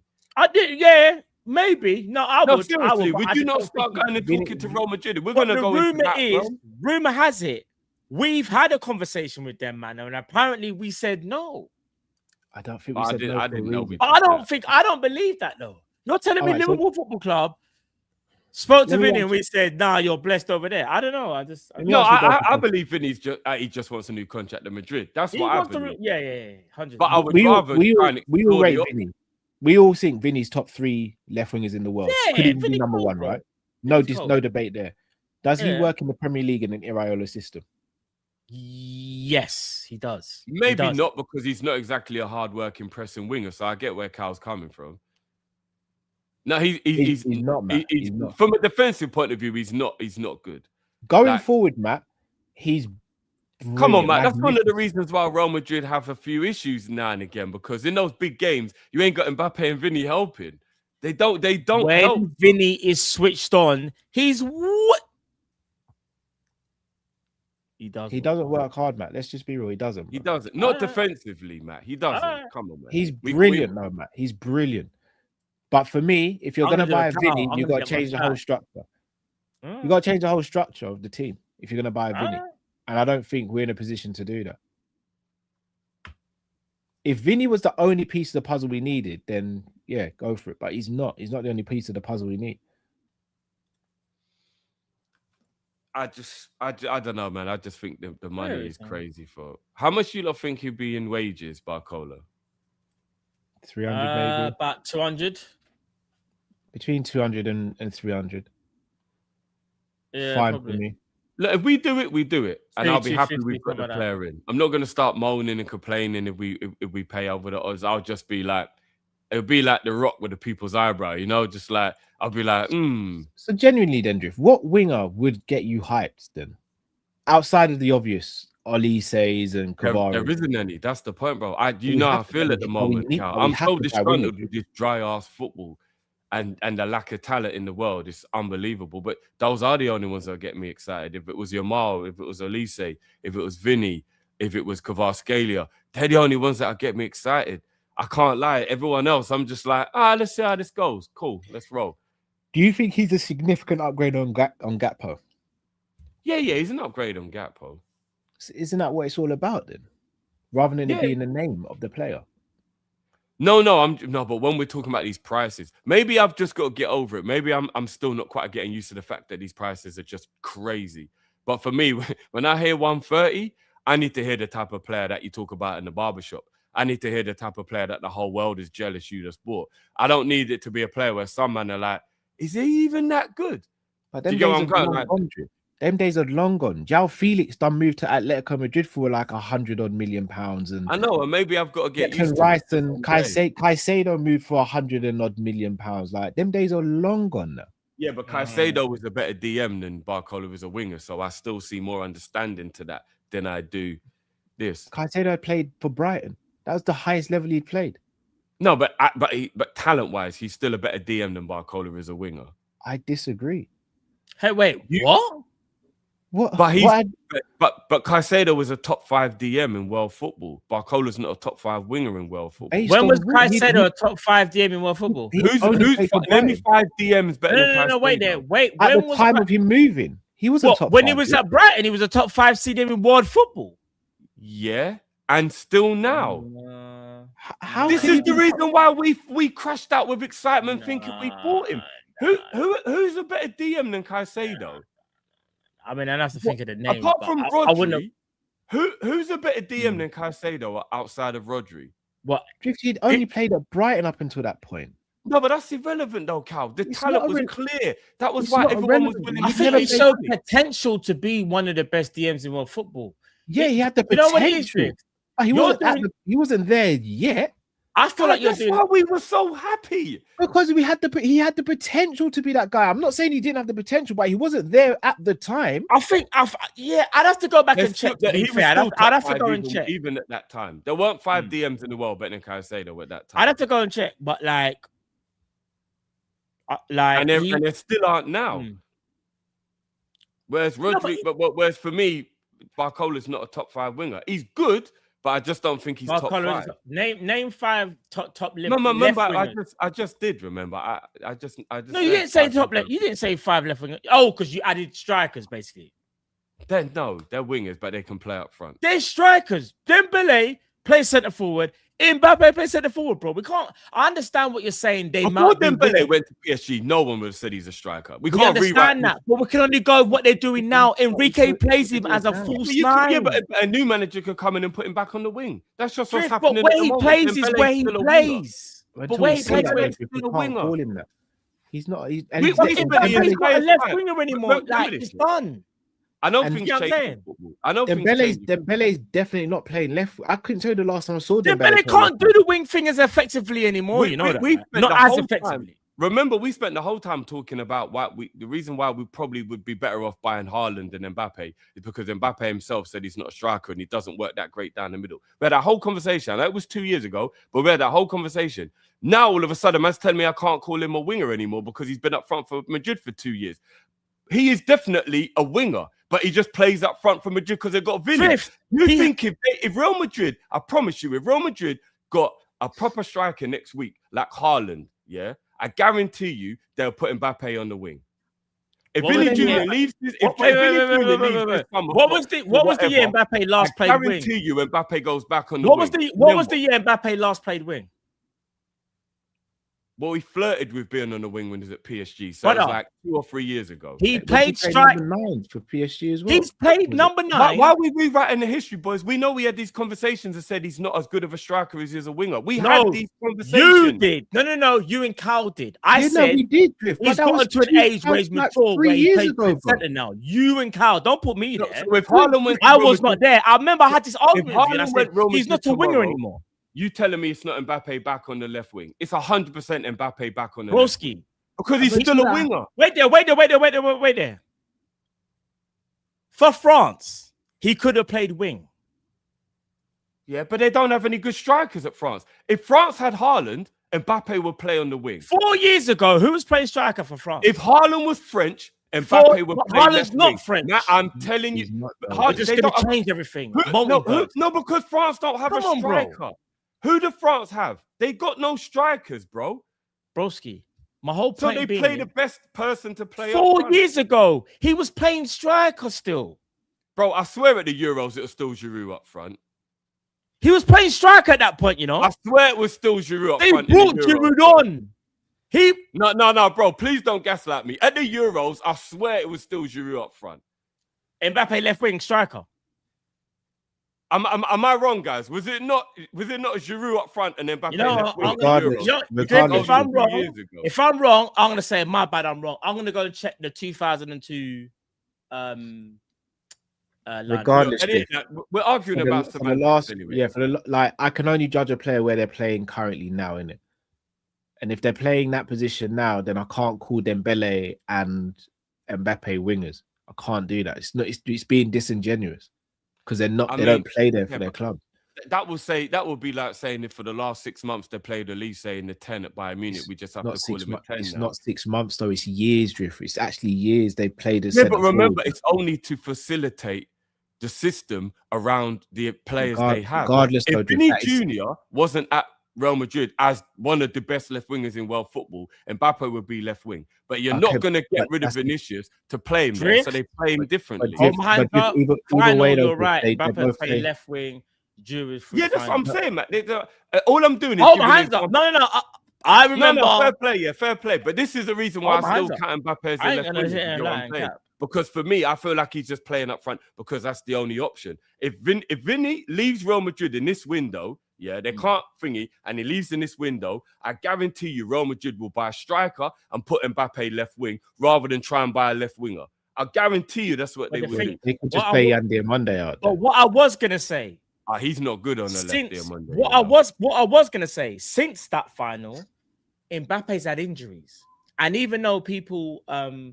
he's obviously still one of the fastest players in the world, but you can tell that like he doesn't have... When he was younger, there was a bit more enthusiasm to play wing because you had to defend, innit? 4 years ago, thingy, man, he could do that. His profile's changed, his ego's changed.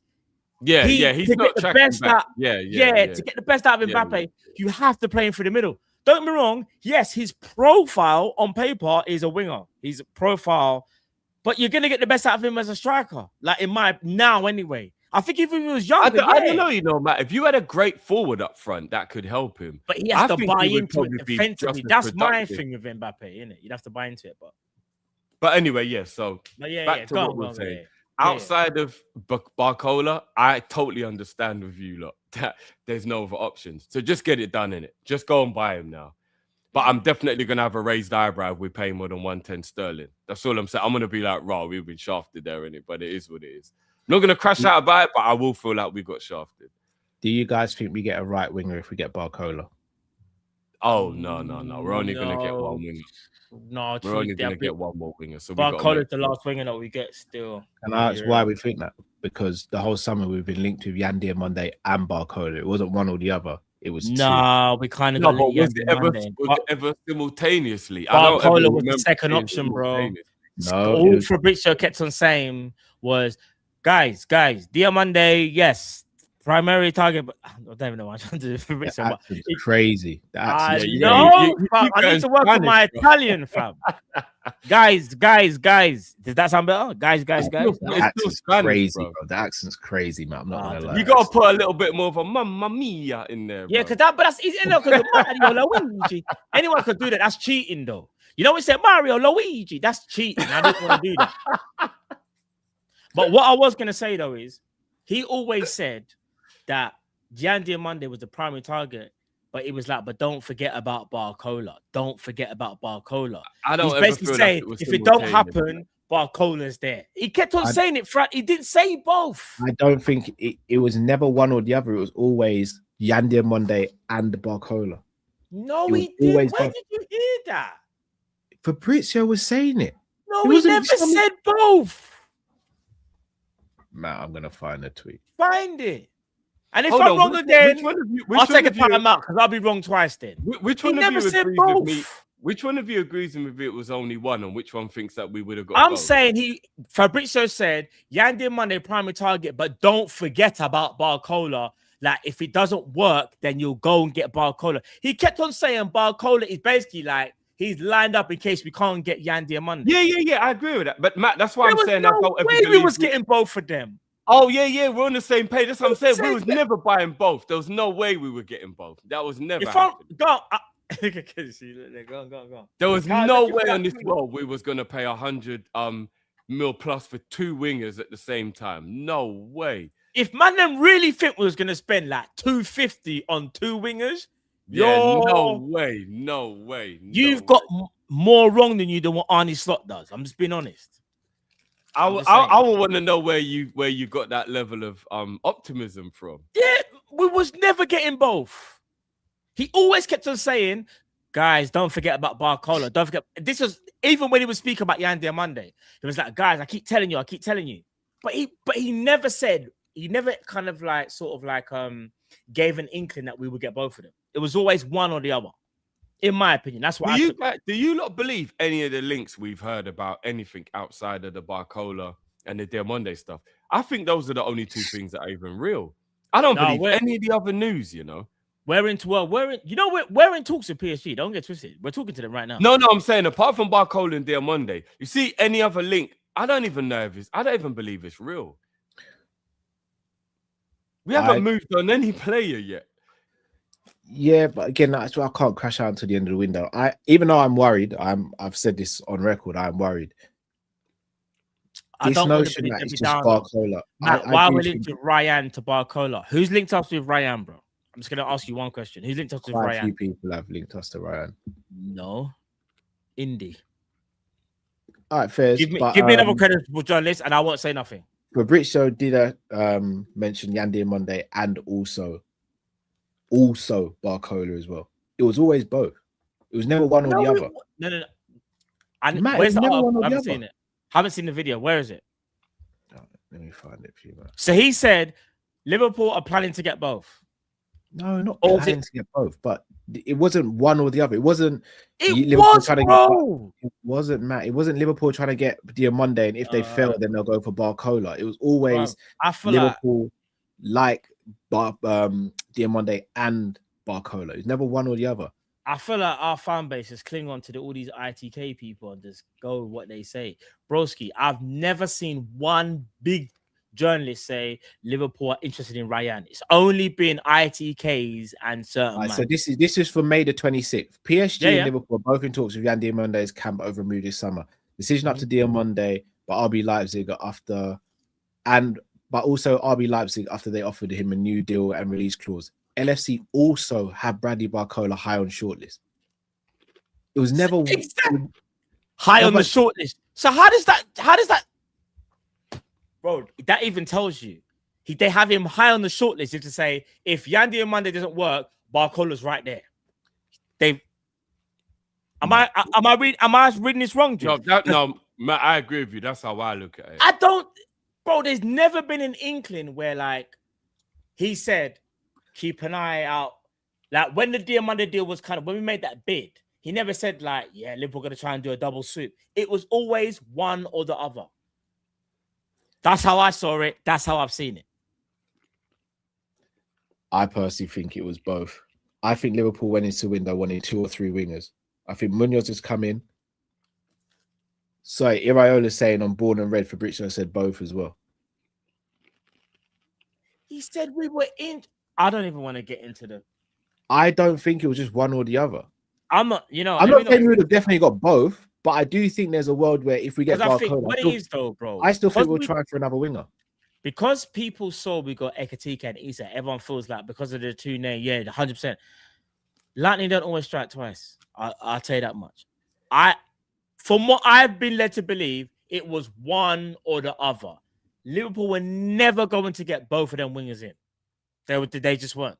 But again, I still think with Barcola we still need a right winger, and I think we. But people want to believe that. That's fine. I'm not here to tell you wrong. So you guys definitely think it's Barcola and that's it for the attack. That's it, bro. I don't think there's nobody else.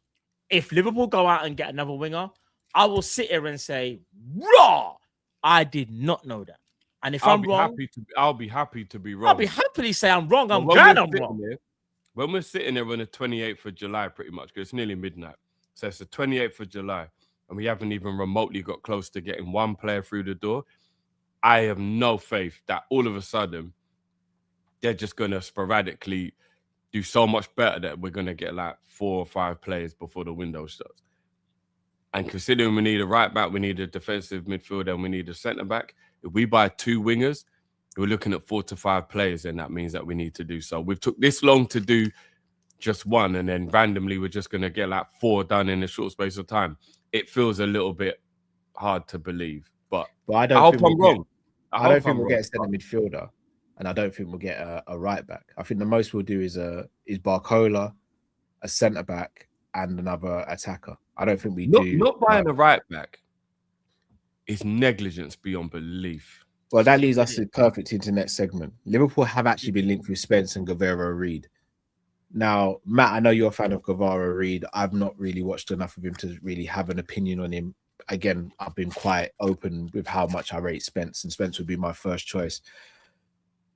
It's not just the right back situation that worries me. It's the whole defense. And I've been speaking about this for probably about a year now.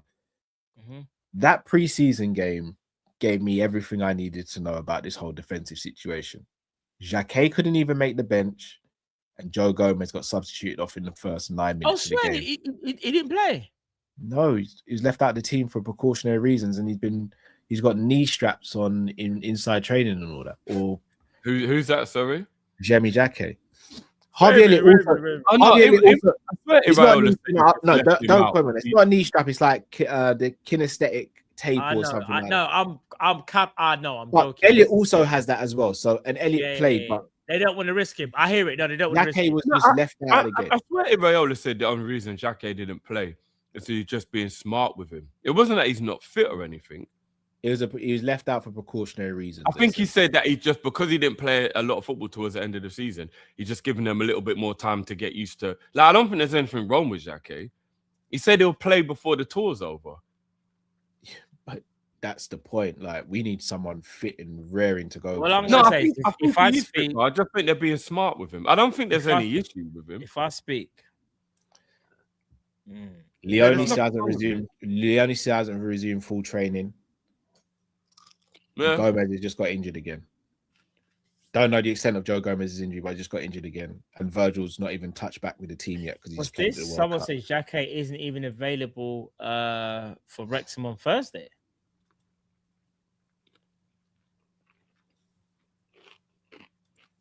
It's not injury. It's the plan. Brother, if I It ain't speak, injury. So what's we'll lose the plan? subscribers. Iraola said that he's just going to keep him training, keep him getting his fitness up, keep watching him, and then he'll be like a lot more ready when he does play at that point because he didn't play much football towards the end of last season because of the injury. It ain't he's not ready and he's hurt or we're worried. It's nothing like that. You know, basically what we did when we bought Robbo and we bought Flacco, where it was like just keep them training, getting used to things, and then ease them in. It's that kind of thing. It's not he's injured. He's not injured. That's not the same thing at all, Drew. It's completely It is. different, brother. He wants to just keep Jacquet playing on the training field to get him used to being back out Shall I again. tell you the because he real? won't Shall I play tell you the football. real? But he's Shall I not tell you the real? injured. Drift. Robbo and Fabinho didn't come to the club with an injury. No, I They were don't mean that. I just mean that, well, we just trained with them for them to get used to what the plan was and get used to them knowing what is asked Brother, of it's them. pre-season. This is where you play. Yeah, it's like a similar scenario. I watched Iraola talk about it. He was like, no, he's not injured. There's nothing wrong with him. And we're just taking our time with him. He didn't play much football last year. So we're taking our time with him. That's all it is. Don't worry about it. He's not injured.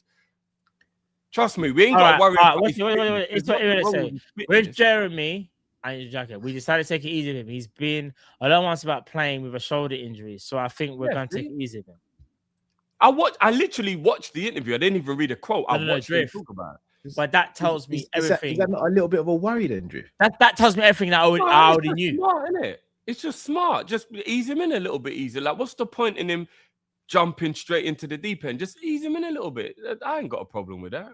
But this is not the deep end. This is pre-season friendlies. No, but it's still a competitive game, I guess.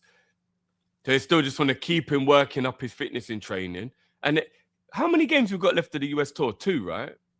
He said he'll play the final game of the tour. So that'll probably be next week. So, yeah, don't worry about it. Jacquet will be fine for the start of the season. Don't worry about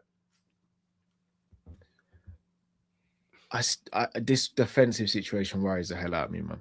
Frimpong, watching Frimpong. We need a defender for sure. We definitely need a defender. I'll be honest, even the fullback situation, Frimpong was not it. Tsimikas was worse than Frimpong.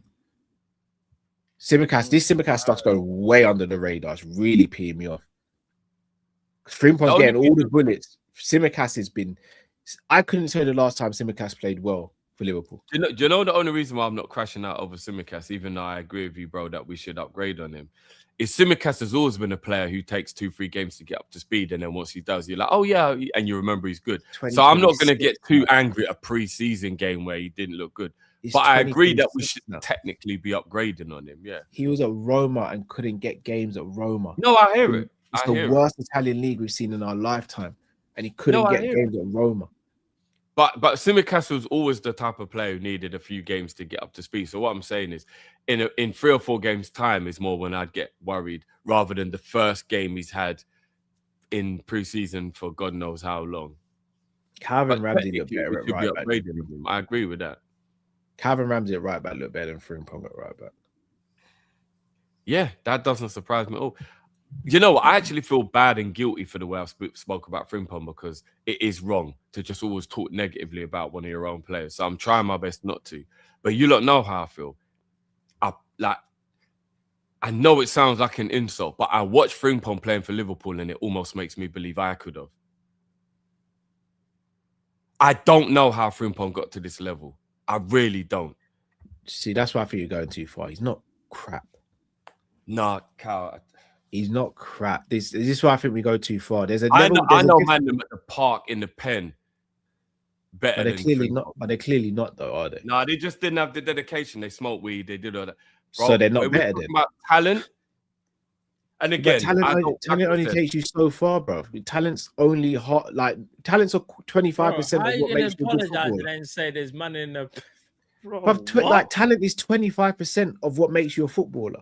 Dedication, hard work, Bro, attitude, I those things are apologize, all but what there's makes you a man footballer. inside that's better than No, I feel bad, but I'm just being honest, Matt. But I do feel bad. I know it's fucked up to talk about one of our own players. That's why I'm trying my best not to. But Bruv, Frimpong you're should not be at disrespecting Liverpool. Frimpong way too much, bro. Frimpong should not be at Liverpool Football Club. I promise All right, you, Frimpong I think should it's not fair be to at give him another year. I feel like if he doesn't improve, then cool, innit? But I'm saying give him another year in it. Give him another year. He shouldn't be the first choice right back. We need a right back. Run Jed Spence. Run freaking Gavaria Reed. Just get me a right back. Frimpong can just do up utility, whatever. I'm just saying he's. But man acting like he's trash. Like I don't know. Like I just doesn't sit right with me. Like when he was at Leverkusen, I understand different system, but what it is, he got exposed being a right winger because he's not a right winger. And I understand playing one friendly. People are saying, "Oh, he's rubbish. He's rubbish." Like, brother, anyone could have a bad game in a friendly and look rubbish. Like, give him a couple of games. Let's see what he does and see if he can. I'm not judging him off pre-season, but I'm not. No, but some people are, bro. Some people are. They're basing it off because they had a really bad season last year, and then adding that he had a bad first game. But some people are going they're saying he won a competition. Yeah, people. I think. So here's the thing, Drew. I think we need to separate the difference between being Liverpool level and being a good footballer. Frimpong's a good footballer and would play for a lot of teams around Europe. But good at what though? In fact, no, do you not forget it because it's gonna. I don't want to start rinsing him. I don't because I like Frimpong. Bro, man said I apologize. I'm gonna, but then says good at what? This is what I mean. No, I genuinely. Jeremy, if you're watching. I don't. Yeah, it's try. I don't want to have the conversation because I don't want to be disrespectful. I just don't. Man. He's just not good enough to play for Liverpool. He is, bro. I think if we were playing in a back three system, I think he'd ideally be one of the best suited to that system. But I don't think we play a system that's going to suit him. And I know everyone will say, "Oh, right back and right wing back, they're pretty much the same." They're not. There's such different positions on the field. No, they are different. They are different. Who played against Atletico last season? No, Frimpong did. Did you play? But the fact he did, but again, Matt, you're kind of proving just point. The fact that you've got to go back a whole year to find the good. There's other games that he played kind of decent. Like that one just stands out because I remember that was a game that we spoke about where we got the best out of Salah because we're talking about we need a fullback that overlaps. But you lot wanted Connor invert Bradley to go invert into centre mid. Remember, that's you man's hero now. You man wanted a hero, innit? Who do you think's a better right back out of the two? I mean, Bradley tries harder. Bradley and Frimpong. Yeah, bro, that's not even a conversation. No, it kind of is. Bradley's not even available, bro. Kyle, it's not. It's not. Bradley can't even. Bradley can't even stay fit for 15 games. Yeah, but we're not talking about fitness. We're just talking about if they are fit, who's the better player. It's night and day. There's no competition. You know, you're gonna make me say some stuff. That's what I'm saying. I don't think it's night and day, Drew. It's height for Connor Bradley. Mental. It's not. No. I think Connor Bradley is the better right back, man. I'm not going to dispute that. All right, he's slightly better. He's slightly better, but Connor Bradley is an average right back. Can Connor Bradley start for Arsenal? No. Can he start for City? No. Can he start for Chelsea? No. Can he start for Spurs? No. Bro, Connor Bradley, we got to stop doing this. If Bradley was able to stay fit, the conversation would be different. Our worries with Bradley is fitness, not talent. Broski, I promise you, Bradley has deficiency. It's not talent. It's but he's a try. I don't even know. But this is my point. Both of them, in my opinion, Trent left. Everyone wanted a hero. Connor Bradley tackled Mbappe. Look, he's tenacious. He gets stuck in. He's gonna take over Trent's position, bruv. Connor Bradley is just a decent right back. He's good enough to be a backup right back. Like, I don't think he's rubbish. He marked your boy out of the game. No. What I'm saying is, get me a top right back. Connor Bradley can be the second choice right back. If you're gonna start Connor Bradley as the first choice right back, in my opinion, this is my opinion. I'm not gospel. I never sit here and say gospel. Just my opinion. I don't think he's good enough to be first choice. I don't think he's good enough at that level. My only worry with Bradley's fitness. If Bradley could stay fit for a whole season, it'll be night and day between him and Frimpong. Wouldn't even be a conversation. If Bradley could stay fit for the whole season, Drift, would you bring in Spence or Reed? Spence is better than man. I would, because I would want quality options. So that automatically puts Bradley at second choice because you don't think Bradley's first. It's what I'm saying. No, but I don't even know. But if I wasn't worried about Bradley's fitness and he could stay fit for a whole season, I wouldn't be desperate for a right back. It would just be smart to have cover. Opinion? Who's better in your opinion? Spence or Bradley?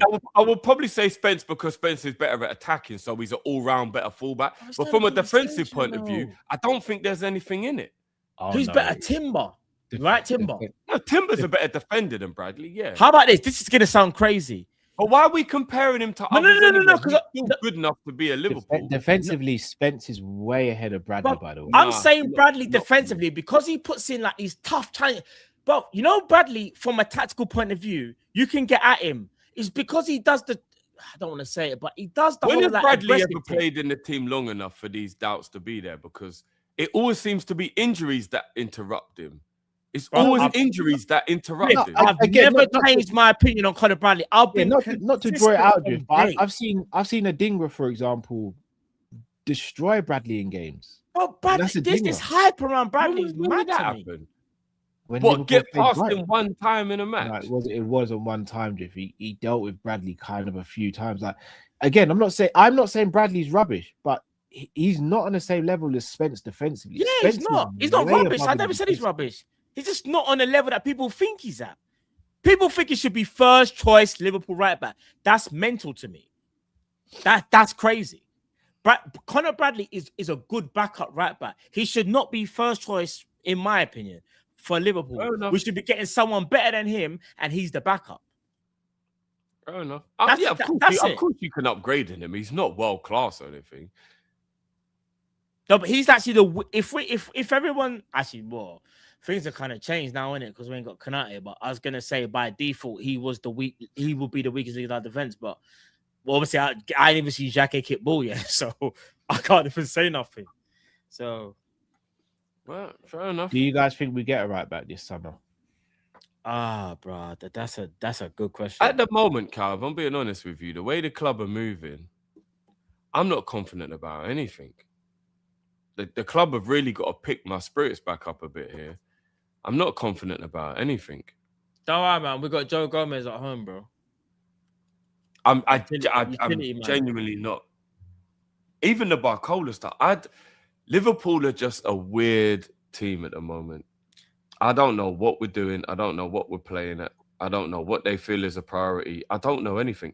Even today, I'm seeing John Stones now is going to Inter Milan. And I'm not saying I want his Stones, but what I'm saying is every day you're just watching available players just become unavailable now and making moves. And you're like, what on earth are Liverpool actually doing? Dumb decisions. What are we waiting for? Like, we decided not to give Ibu his bonus and say, we don't rate you, go walk away. Cool. We're now a centre-back down.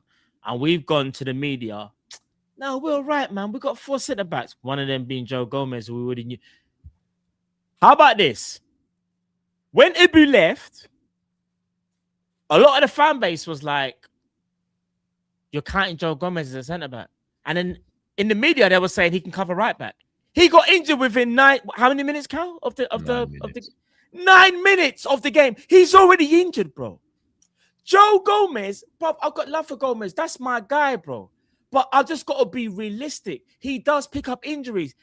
Bro, he got injured in our first pre-season game. We're now down to 3 centre-backs. Now I hear the joke.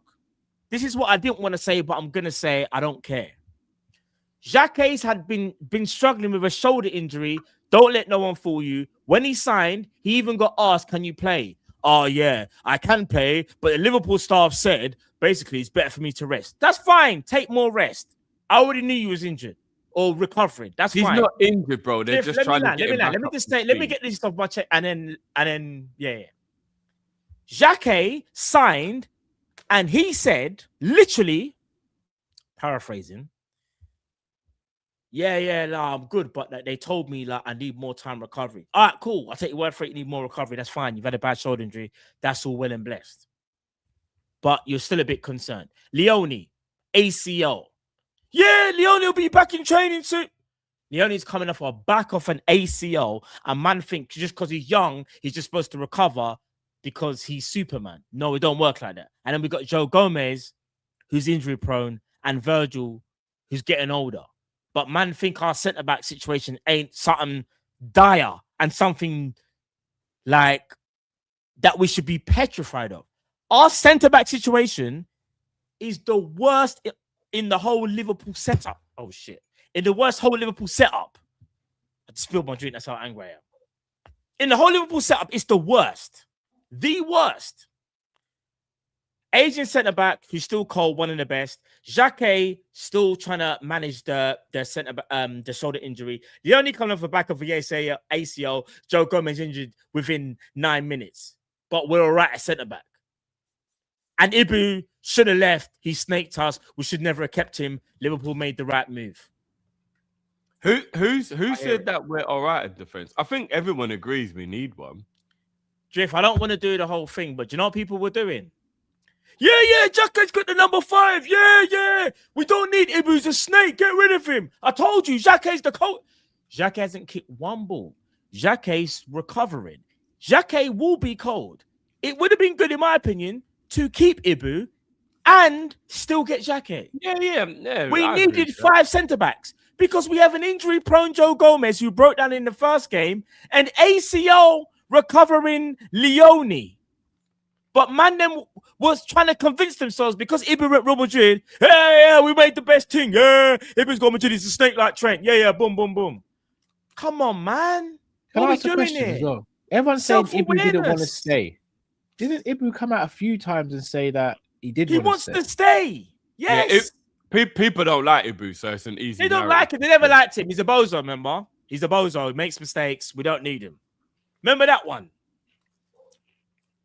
I've never actually watched people be more It's crazy. unwilling to change the narrative than with Ibu. It's actually quite. It's mad. And don't get me wrong, whether people think he was top 10, top 50, top 100, the point being is we needed another centre-back there because the issue that we're in now is mental. You see how we're trying to get Barcola? I need Liverpool to have that same energy to go and get a centre-back. But we won't. We just won't. Just throwing this out there. We all, I presume, we all wanted us to get Lacroix or be at least linked with him and try and He put would in a have been bid, an right? option, yeah. Do you think we never went in for him because of the situation with Gahey last season? Do you think Liverpool have just kind of put a marker down and say we're not going to deal with Crystal Palace because of what happened last season? I mean, I don't think Lacroix is or Lacroix or however you say his name. I don't think it's he's good enough to care that we didn't get him.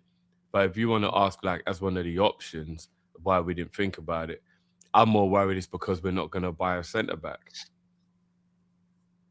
Like, I'm genuinely. You see the kids in the youth team. I heard you lot talking this morning on Hassam show. Big up, and I can't remember who it was, but somebody said the way the rules work, you can actually play one of your players without a work permit. Tom with the rules with the youngsters. Yeah, the Yeah, so like, apparently one of the young. I promise you, that's what the club are gonna do. When we bought them youngsters in January, there was a reason why the club really promoted it a lot, and it was like all over. Like, there's not many times when you buy a youngster and it gets that much like airtime. You know what I mean? Like, you buy a little 16-year-old or what, and they gave real airtime. The PR was there, and there's a little part of me thinking it's because the plan is to fast forward these kids into the first team, and because he's 6'5" or whatever, and he is a unit or whatever, I actually believe the club are thinking, as a fourth choice, we'll be all right. You know what I mean? Like, if it gets down to like, we'll be all right. Because didn't he play first team football in Belgium, if I'm not mistaken? Even though he's young, like, wasn't he part of the? I think he's Austria. He played the Austrian league, I think. I don't That's think in Duckworth. In Duckworth, I don't think I don't think he has a permit to play for us yet. So we have to loan him out, if I'm not mistaken. We can't. No, but Cal, isn't that what Tom was saying? That there's some kind of rule where you were saying about Ndai. We can't play in Duckworth, apparently. Oh, okay. Well, maybe Ndai will be the one they play then. Because again, both of them got a lot of promo. It wasn't only just one. Remember, do you remember in January they gave both of them a lot of PR when we bought And them. they both But played that's very the- well. To be fair, they did. They actually play played very well, but you know what it is though. You see, Liverpool, like we do this all the time, bro. We wait for things to go so far left, then we react. Broski, all our midfielders were leaving the club, so we said, "All right, we better go and get some midfielders now." They didn't think a couple years before. Let's start integrating them in. Remember when Fabinho left, Naby left, Ox left, Milner, everyone left. Liverpool said, "You know what? We better revamp the midfield," but didn't think. Couple like even 1 year before, 2 years before, let's bring in some players, maybe sell one. We do this all the time, bro. It's so frustrating, bro. We're gonna wait for Virgil van Dijk to hand in his notice and then go, Liverpool are looking for Virgil van Dijk's replacement. Why was the replacement not looked at this summer? I just don't understand. Because the club don't really like to do the forward thinking thing. No, I mean, technically, behind all these youngsters is forward thinking, but do you know what here the joke drift? The media will gaslight us and say, I won't say names because we might need to get some of these people on the show, so I'll keep it a thing. But some of them will say things like, Liverpool play in advance. They're playing 2 years in advance, you know? Yeah. 2 years. They know what they're doing. You can't talk to them. They're so advanced with their metrics. Lo and behold, players left and we still don't even know what we're freaking doing. How can you Salah's left. plan 2 years ahead, Matt, and the guy who's doing the planning won't even be here in 2 years? That's what I'm Yeah, saying. we know that them days. Obviously, I'm going a bit mad, but you get the premise though. They'll say like 2 windows ahead and all these No, things. I'm not saying that towards you. I'm saying Succession it's planning the is club hard trying thing. to take No, us it's for not, bro. idiots. Yeah. It's the club trying to take us for idiots. That's the point I'm making. Like, they can't try and tell me you got a future plan and the guy making the plans ain't even going to be here. That, like, what the hell? You know what I'm saying? Like it's I so said, jarring. Like right now, do you know what we're doing right now? Right now, we're letting the ex-wife decorate the house, done knowing when the divorce papers are finalized, she's moving out. So why are we letting her decorate the house? I think that's slightly different though, because it just means you don't have to decorate once it's done. Like we don't really care about decor like that. Let's be real. Yeah, but the new wife might not like that. The old wife painted the bathroom Yes. yellow. She can. Yellow decorate might be the color she finds the most disgusting. Now we Fine, got to then she can- repaint the bathroom, Then she can come decorate when she comes in, bro. That doesn't really. bruv. And you want the miserableness of every time she goes in the bathroom, you see her come out with her face screw up, Well, you're only going to be miserable as long as the paint's there. If it makes you that miserable, repaint it. bro. Like, Just don't let Ultra- the ex-wife paint the yard, blood. bro. We're too comfortable. We're so comfortable. Like it takes something drastic for Liverpool to act, and that's what frustrates me at times. Like, and this is why we fall behind. This is why we don't compete year in, year out. We take our foot off the gas way too often. We're too lax. And point being, with the whole Edwards and Hughes thing, Edwards quit. Yeah, just quit. He just quit. He just said, what, multi-club model's not working? I'm out of it. Bun you, man. I don't care about no notice period. I'm gone. FSG said, don't worry, we got Richard Hughes. Richard Hughes is already speaking to Edwards. I said to man, what you're cutting? I'm going Saudi then. I got links in Saudi. Them man will pay me. But Hughes is sorting out his thing in Saudi. But it's weird. I thought this was going to be the year where Liverpool were a bit more stable, and Hughes and Edwards, even if they were to see out their last year, would do the best work I've ever seen them do. But it just feels like right now it's a little bit of a capitulation to a degree. Like, it wasn't supposed to be like this. Because even when Ornstein said, they might not sign past their original contracts, which was 3 years, I'm like, okay, but if they, leave on their best year or whatever, and they do their best work, all right, cool, that's calm. But these man, it seems like they're just, Edwards cut, like I said, and Hughes just don't care, bro. Big up to Jay here.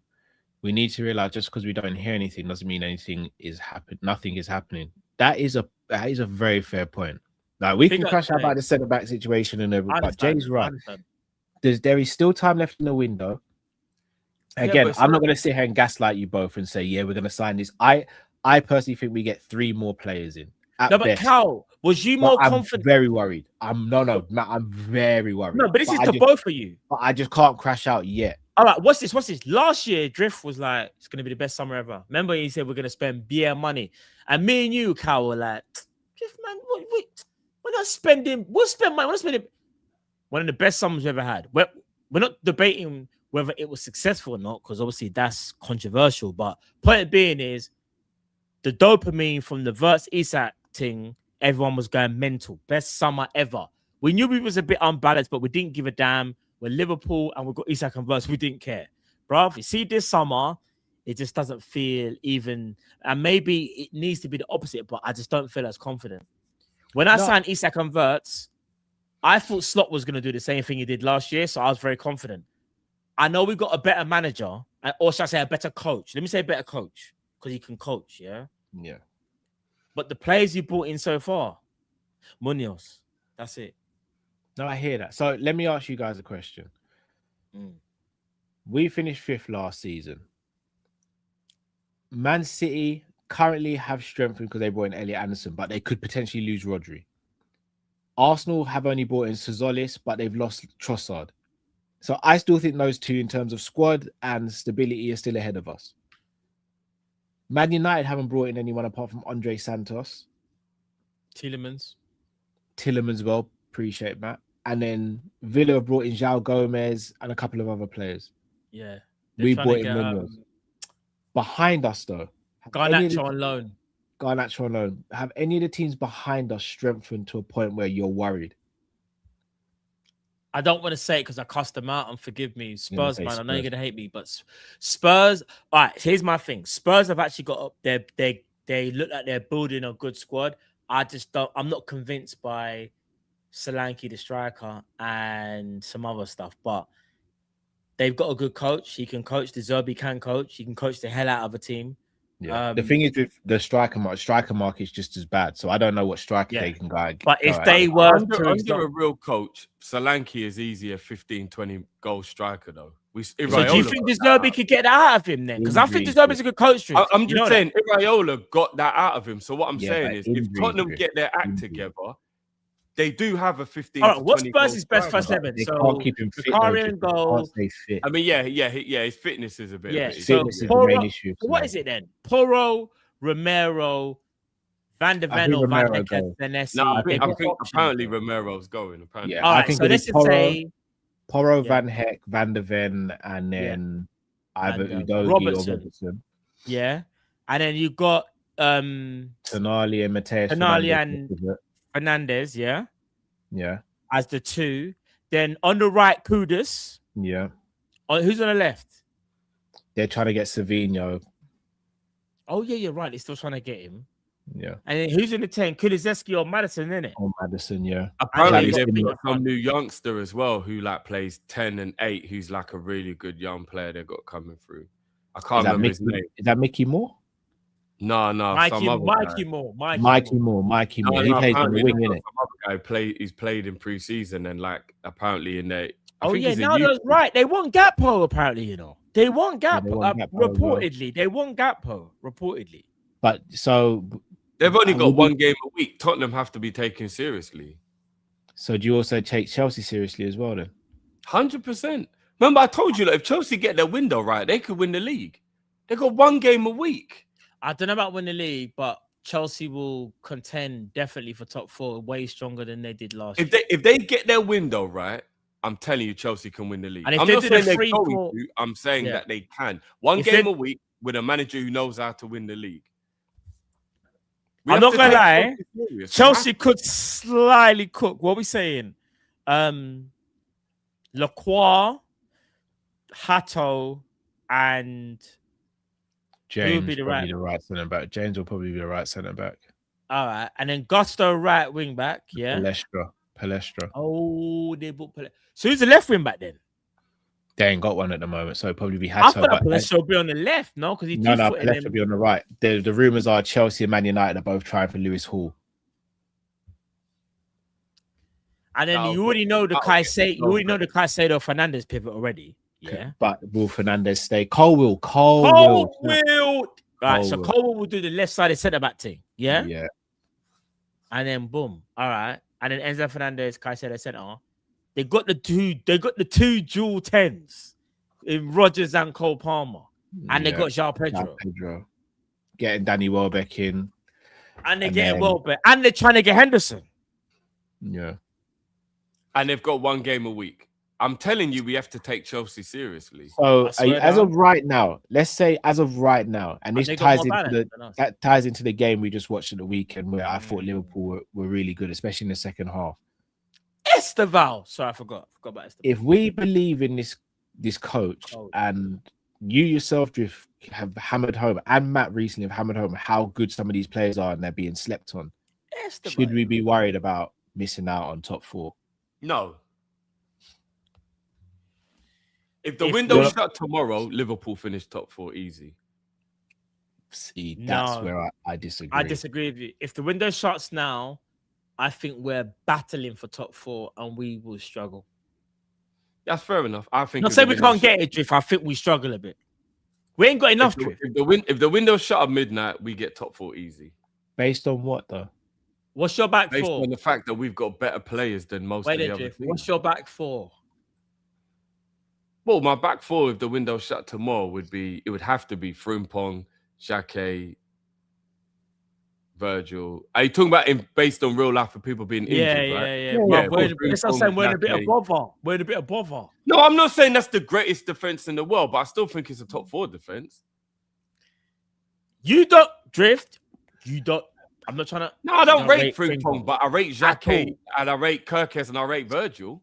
Drift, be real. We all of us can sit here and say we watch a handful of games of Xhaka. I was gonna say What do you don't get me wrong, he's talented, Drift. We know he's talented. Yeah, obviously it's only on what I've seen. He's got to adapt, and he's coming off the back of an injury. He's got to adapt. No. Because it was a shoulder injury, I'm not even that worried. If it was a leg injury, I'd be a lot more. Fair. No, fair. But because it's the shoulder injury, I'm not even that worried. Do you know what I'm saying? Like, Drift, what did you say the other day? You think Kuzanov could be one of the best defenders in the world, but bruv, even Kuzanov had to have a year where he had to adapt to the league. Yeah, no, of course. No, but remember, we're not talking about winning the league. We're talking about top 4. No, but you still need the adaptation. Xhaka is going to walk into the league and he has to adapt. So remember, it's not the French league. So it's not the French league. The same thing could be said for everyone having to adapt. Jay, you're my brother. Jay, you're my guy, Jay. You're doing too much. No one is on this panel, Jay. Love Jay. I said his shit. All we're saying is, are we going to sit here and say Xhaka doesn't need some type of adaptation? Any player from any league needs some type of adaptation. I'm not saying he's crap, but I'm also not saying that he's good either because I haven't seen enough for us. I don't know how we can sit here and go Xhaka and Leone are going to be quality. Yeah, I don't get how we can say that. We're doing that's the same type of doubt we could do for anybody. Like no, the not for the same qual way we people can't. are telling me Munoz can play up front and no one's ever seen him. No, but that's and this is my point. Before I'm saying top 4 for me isn't just cut and dry. So who finishes above us? Do you lot think if the window Man shut City tomorrow? and Arsenal definitely finish above us as of right now. Yeah, but then who else? If the window shut tomorrow, remember they don't buy anyone else either. I'll be honest with you. Tomorrow. Man United ain't better than us if the window shuts tomorrow. Man United might finish above us, Drew. All right, the window shuts tomorrow. What? No. You Chelsea, two midfielders all of a sudden makes Man United better than us. They're more balanced, Drew. Chelsea, but I can't stand Chelsea. But if Alonso does the 3-4-3 thing, they will have more stability. You want to know why? They got the dual 10s in Rodgers and Cole Palmer. They've got the right combination in midfield. They'll have a good settled back three. And Lacroix, if people don't rate him, he's still good enough in a back three. Yeah. Reece James can play. Got to worry about Chelsea. Yeah. That's what I'm saying to you. So it'll be Chelsea and United will be the ones. I think Spurs have to push their way in to prove to everyone that they're not Spurs. I think Villa will fall out of the top 5. Yeah, Villa will. So you not think the current Man United team, if they make no further additions, with Michael Carrick as manager, would finish higher than Liverpool? No. I'm not saying definitively. I'm saying we're battling with them, man. We're battling. Because Arsenal and City right now are ahead of us. With how I don't even. I respect you. You don't think we'll battle with City? Battle with United. You don't think? I think if the window shut tomorrow, based on how much better of a coach we have, I don't think Man United can finish above us if the window shuts tomorrow. No, not a chance. Fair. Because I'm not sleeping on the fact that, and again, Cal just alluded to it, I've said it in the past. I understand that we do need players and we do need signings, 100%. But I know there's so much more in these players we have than we remember because of how bad last season was. We have got legit ballers in our team. No, of course. Legit ballers in our team. So I think people are like really PTSDing about last year. If we get these players back up to the level that we know they can be at, look how good Kirkes is if he's at the level. Do you get what I'm saying? Look how good Gravenberch is. Look how good Soboslai is. Look how good Wirtz is. Look how good if these players get to the level we know they can get to, look how good the players are we've actually got in the team already. But we're unbalanced. We're imbalanced. That was a big problem, but he wasn't the only problem last year. There's a reason why we went into the window saying we needed a bag of players. No, but I'm saying comparatively to a Man United as an example, where I look at Man U's team and I think the team's all right, but nothing special in that team. How's that team going to cope with Champions League and all the extra games? Like, they ain't really saying that. And the Carrick, 3 players. Come on, man. Carrick's decent, but no, come on, man. We are all over the moon. They pick Carrick rather than going and getting a proper manager. Freeze the number. Of course. This is what I'm saying. So how's Carrick going to outmanage Iraola? Three's the number. Man. There's imbalance. Get us just for argument's sake. Zabani, Spence, Barcola, I think we challenge for the league. Yeah, me too. Do you want to know why? And again, I'm not saying Michael Carrick's a better coach, but I also can't sit here and just say off the cuff he's going to flop next season. Everyone said he was going to flop when he came in. He didn't flop. No, not flop, Cal, but he ain't out coaching Iraola. 3 players. He doesn't have to out-coach Iraola. He doesn't have to out-coach Iraola to finish above Iraola in the league. Of course he does, bro. No, he doesn't. Because Iraola, we ain't got no mug in charge anymore, bro. We've got a proper manager, a proper coach now, bro. So you're telling me Cunha, like, let's not act like Cunha can't win games by himself, Sesko can't win games by himself, and Burmo can't, Diallo can't win games by himself. He might be able to get the winning goal, but he ain't winning the game by himself. So Cunha, I'll give that to Cunha. So if you get the winning goal in the game, you've won the game, Drew. No, because you had to get on the end of everyone else's hard work. What's the thing about United? What it is right now, because we're weaker, United would challenge us, but we just need a few adjustments and we'll be above United. Not above United. Bruno Fernandes. Are we going to forget Bruno Fernandes as well? Yeah, that's calm. But all right, Bruno Soboslai, cool. Like. He had a great season, Bruno. That's amazing. So this is why I'm saying it's going to be a battle with Man United. That's what I'm saying. I've given Man United credit. Cal. I've given them credit, but I'm saying we're battling them. But all I'm saying is, that's what I'm saying as well. I'm not saying that they're going to finish above us. So I'm just saying I'm not going to sit and be like, we definitely finish above Man United. Didn't you not just both say you don't think we'd finish top 4 if the window shut tomorrow? Yeah, I said it's not definitive. I said I don't know. It's not definitive, remember? I said we're battling United for that 3rd, 4th. That's what I said. I think we'd get top 4. But I said we need 3 signings catapults us into a title charge, bro. 3 signings. Yeah, and that's about right way. What we are and what we want. Yeah. Like you said, we got Boy. But man, I'm forgetting we got the 2nd best striker in the league. How about this? We might have the most talented striker in the league. But he's just got to prove it on a consistent basis. Man, I'm forgetting who Isak is, bro. Man, we're not, but we also have to forget. But we can't forget about the injury situation either.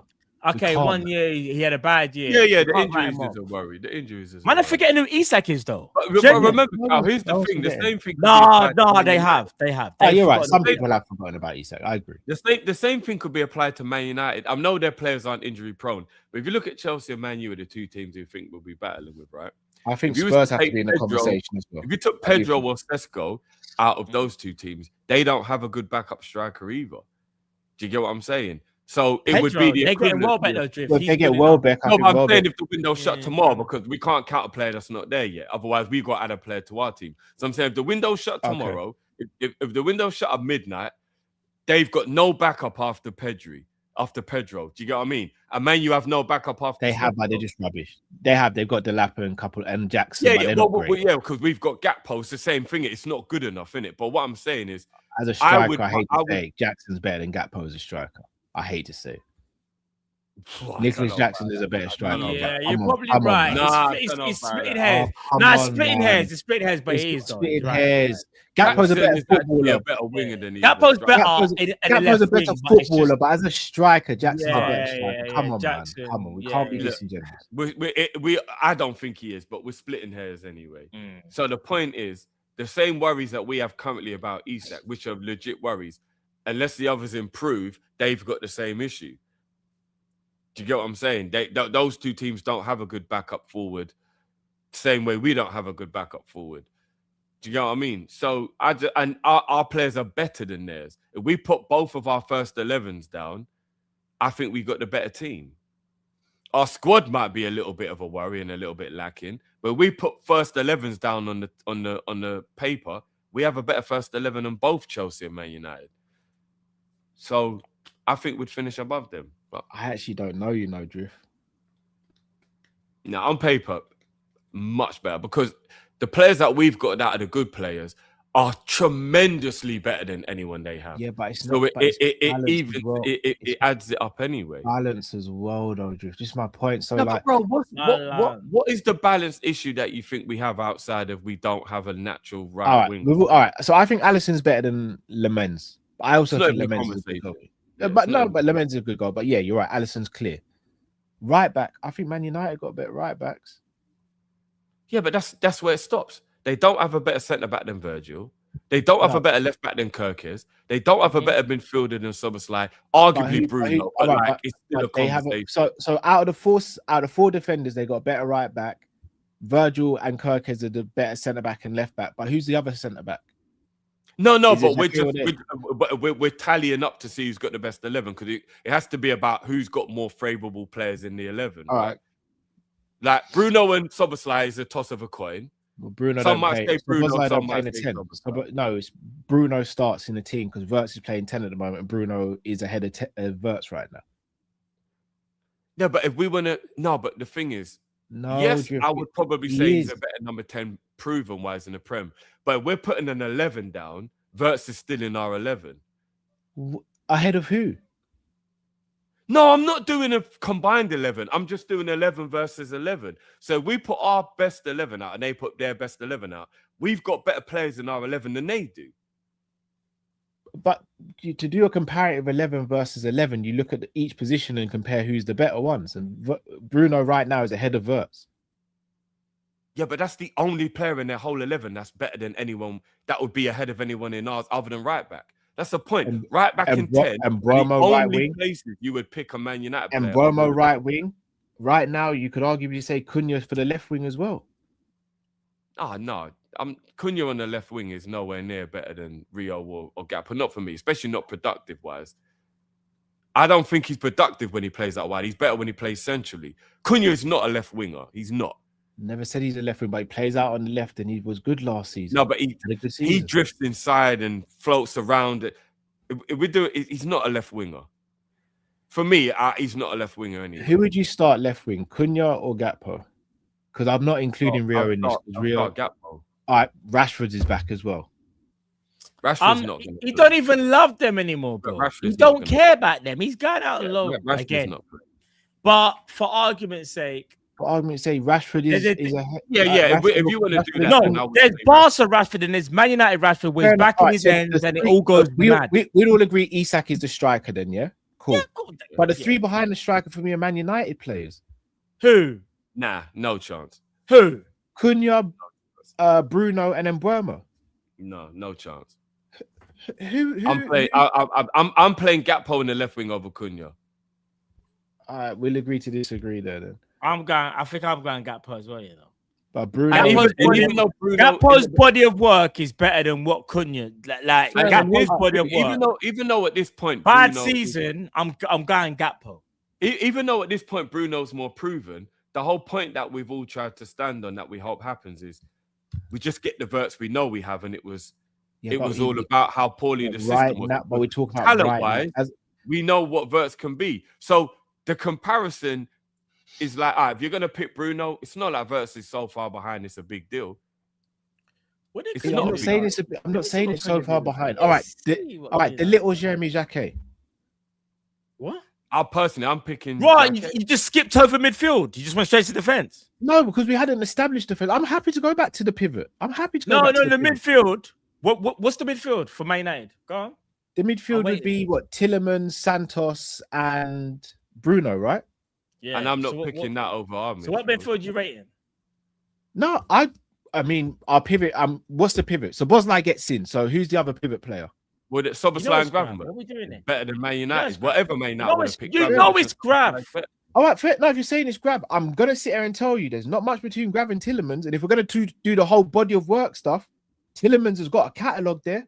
Let's not Yeah, act but like I don't he's want going. I don't want Tillemans getting involved in defensive work.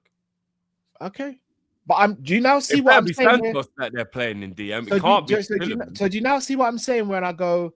There's not much in it between Liverpool starting 11 and Man U starting 11. Yeah, it's not night and day or anything. So this is why I'm sitting there we're saying still I can't better. definitively say we're gonna easily wait a finish minute. above Man United. Does cohesion count for anything? Because Man United ripped up their pivot, and because they got decent players in like Tielemans and Santos, man are now saying there's not much difference between Gravenberch and Soboslai. Huh? When did I say And the Gravenberch- fact that we've got a better manager. Isn't the pivot? Have I gone mad here? Verts in the 10, Gravenberch and Soboslai the pivot. That's what I was going with. Yeah, that's what I would play. Yeah. Do you know So what? I'm gonna where- stop. You know what it is? Shall I tell you what my real frustration is? When I speak about a rival team, it's automatically bun them, man. They're crap anyway. No, I haven't done that though. Matt, let me land. I'm not speaking about you. When I speak about other teams, I'm not trying to glaze these players. But I'm also not going to sit here and just say our players are better just because they're Liverpool players. Verts and Bruno right now is not a conversation. It's not. Verts is a bad boy. We all know this. But I can't sit here and put Verts and Bruno in a conversation right now. Because if the roles were reversed and Verts just had the season Bruno had and Bruno had the season that Verts had, and I turned around to you both and said, well, you know what? I might look at playing Bruno ahead of Verts. You guys would crash out on me, whether that be you two or the chat. So I'm trying to be fair No, here. but everyone's agreed. that Let me Bruno- not. No, But be no one fair. said anything No, about nobody- Verts. nobody's When I- disputed that. When I said Delit, and you said, no, I take Jacquet over Delit. Based I on never what? spoke about the defense. Remember, I said, "Oh, you go to Based on defense what? first before Because I don't midfield." rate the lit. But how can you rate Jacquet ahead of Delit? I never Based said I on rate what? him above him. but I'm Jacquet's just not saying better I than the wouldn't- lit. I wouldn't Cal. No, Cal. So I that's my said, "Oh, point. you've gone to defense." Remember, I said you got to defense. I said, "What about midfield?" Remember, I didn't even answer the defense thing. Okay, I no, want to get to again, midfield first. so- Yeah, So we're going yeah, to defense. midfield. We're saying 2 out of the back 4 is 2 for Liverpool and 2 for Man United already, right? Yeah. I Not, think not for Sabozlai. me, but I won't argue with you. I think Yeah. Sabozlai gets in the pivot no matter what. Yeah. But I can't sit here and say there's not a conversation between Tillemans and Gravenberch. I can't There is, do that. there is if Soboslai's playing because Tillemans ain't doing no DM. No way, bruv. Gravenberch got into team of the year. Bruv, you would put Tillemans in DM over Team of the Gravenberch? year. No way, bruv. No way. What, Cal? I know Tillemans is good. Yeah, I know he's good. I'm not debating that. I feel like we're underestimating our own players. Not for Gravenberch DM. team of the year. No So hold way. on, Kathy. All due respect, Kathy, you say I cannot base a future season on the past season. So what do I base the current 11 on? Big up Kathy. She's trying to do mind games. She's trying to do X-Men Days of What Future can I Past. base it on? Because I No, can't no. just base it on Big feelings. up Kathy. X-Men Days of Future Past. Now I hear it still. Nah, listen. I'm not even mad if you guys go Gravenberch over Tillemans, but say there's not Yeah, a yeah, yeah. conversation when Tillemans has been one of the best centre midfielders in the league since he's been here. Yeah, but Whether not that be from a a Leicester or defensive point Villa. of view, Cal. So that's I why I'm think- saying it. We're listen, talking I about think- from a Grav defensive for one, point of view. he's done it for one season. Yeah, but we still know he's better at Tillemans at defending. Tillemans it's has not never even a been in conversation. team of the year. Never seen it When once. it comes to defending, Never. there's no conversation between People Grav were and Tillemans. talking about Grav, like, bro, and again, Grav's not even the DM. Best DM in the league. Dog walk. And So here's I'm the saying, thing, Cal. but No, even if it's- even though Bruno's Even if better it's than 6 Bert, to 5 for Liverpool in the starting 11, even if It's not a 6 to 5, landslide. You're right. It's not a landslide enough I for me to agree go. with you. Yeah, It's we'll not a definitely landslide. finish above. No, but No, Cal, but but then here's the reason why I feel it's not a landslide, but it's clear because when it comes to the people that are in the team who are better, Alisson, not even comparable. Virgil, not even comparable. Isak, not even compare. Like the people we've got in our team are so much better than theirs, and then on top of that, our manager is better than theirs. So even though there might be a few bit where you're like, oh yeah, maybe, yeah, what we've got that's better than theirs is so much better than theirs. It just means that their first 11 for me is nowhere as good as ours. Like they haven't even got someone close to Virgil. Do you get what I mean? They haven't even got someone close to Isak. And they don't even have someone close to Ali. So straight away, 3 of our spine are just so much better than their players. Like, it doesn't even out, even if they start winning in a few other areas. Do you get what I mean? And Carrick and Iraola is unquestionable as well. Those players can be head and shoulders above their counterparts, Drift, but it still comes down to balance, bro. It still comes down to balance. They ain't even got great balance, bro. They ain't even got any real wingers. They weren't talking about balance. They're actually playing 10s out wide. Like they didn't even actually have real wingers. Where's the balance there, bro? Who's their best left winger? Not Ratwood, because that's in Bremer. We're not in Bremer. But their best left winger is Rashford, and he don't even want to be there. Bro. Rashford ain't even there. I'm not counting Rashford. He's just come back. We can't use the Rashford argument. All Rashford has done is tried to get out the club. Rashford don't even want to be there. Rashford don't love Man United. He wants out. Hold on. All right, Jiff, if you're saying you can't use Rashford as an example because he wasn't there last season, but he was at Barcelona and we saw he had a good season. No, they're actively trying to sell him, Cal. Like they're shipping it. They but don't. They haven't sold him. So all right, but he's there now, right? He's still there. Mm-hmm. Is he there? Yes or no? Yeah, but we're being realistic. We can't talk about a player once out though. Like that doesn't make sense. Do you know what, Cal? I get what you're saying. There, he might stay there. We don't know. Their player, he's there. I mean, if they dramatically turn around his mentality, is he better than Gakpo? Is his body of work over the last since Gakpo's walked into the league? Is Rashford's body of work better than Gakpo's? I'm taking Rashford over Gakpo. Yeah, but I would. Yeah.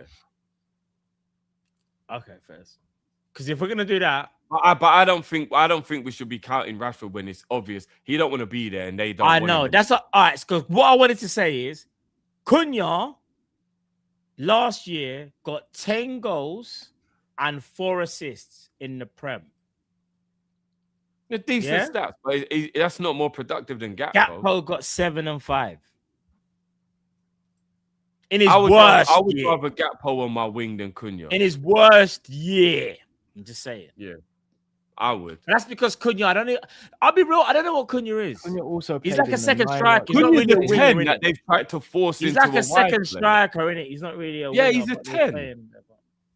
He's a good player, though. I will say this. I'm not going to kind of like I like Cunha. Like, Cunha's a good player, innit? I just think that's why when you asked me kind of question, I said we will fight Man United for third. That was what I said. We'll fight. And that's a worry for me. It's not a thing where I sit there and go with confidence. Oh, yeah. I ain't gonna worry about them, man. We'd have to fight them. Because in the same way you speak about that spine drift, you're Alisson, you so much level, Virgil so much levels, and Isak so much levels, bro. Alisson injury prone as hell.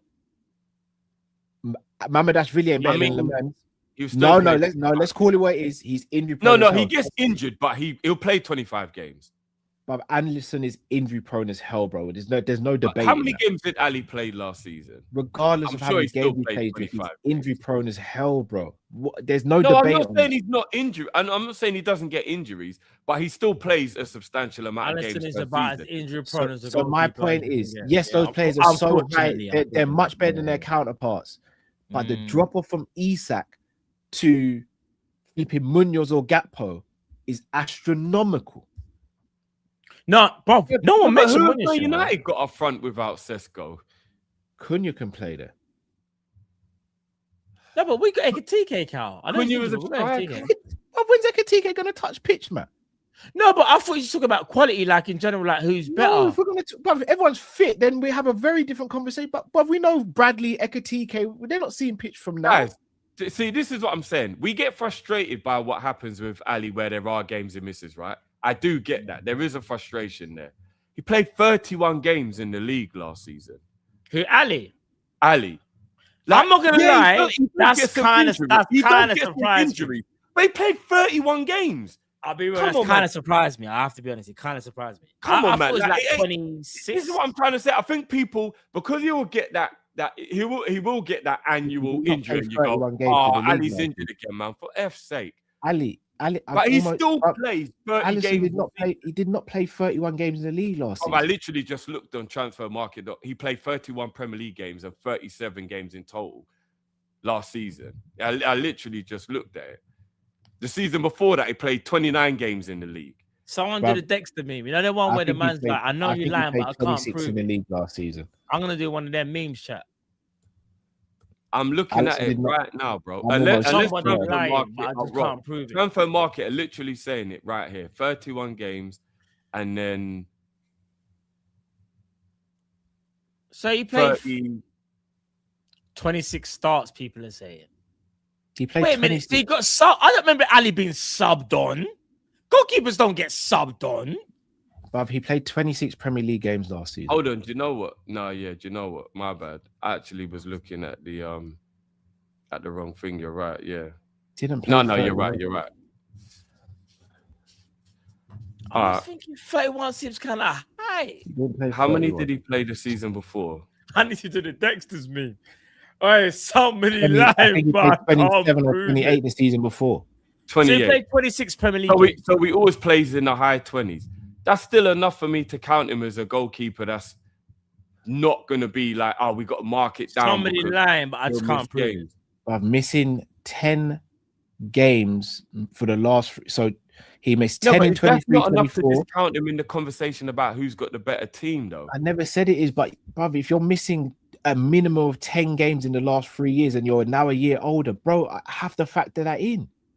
He's an injury-prone goalkeeper. Even if Mamardashvili has to play, there ain't much of a difference between their goalie and Mamardashvili. Yes, there is, man. Come on, man.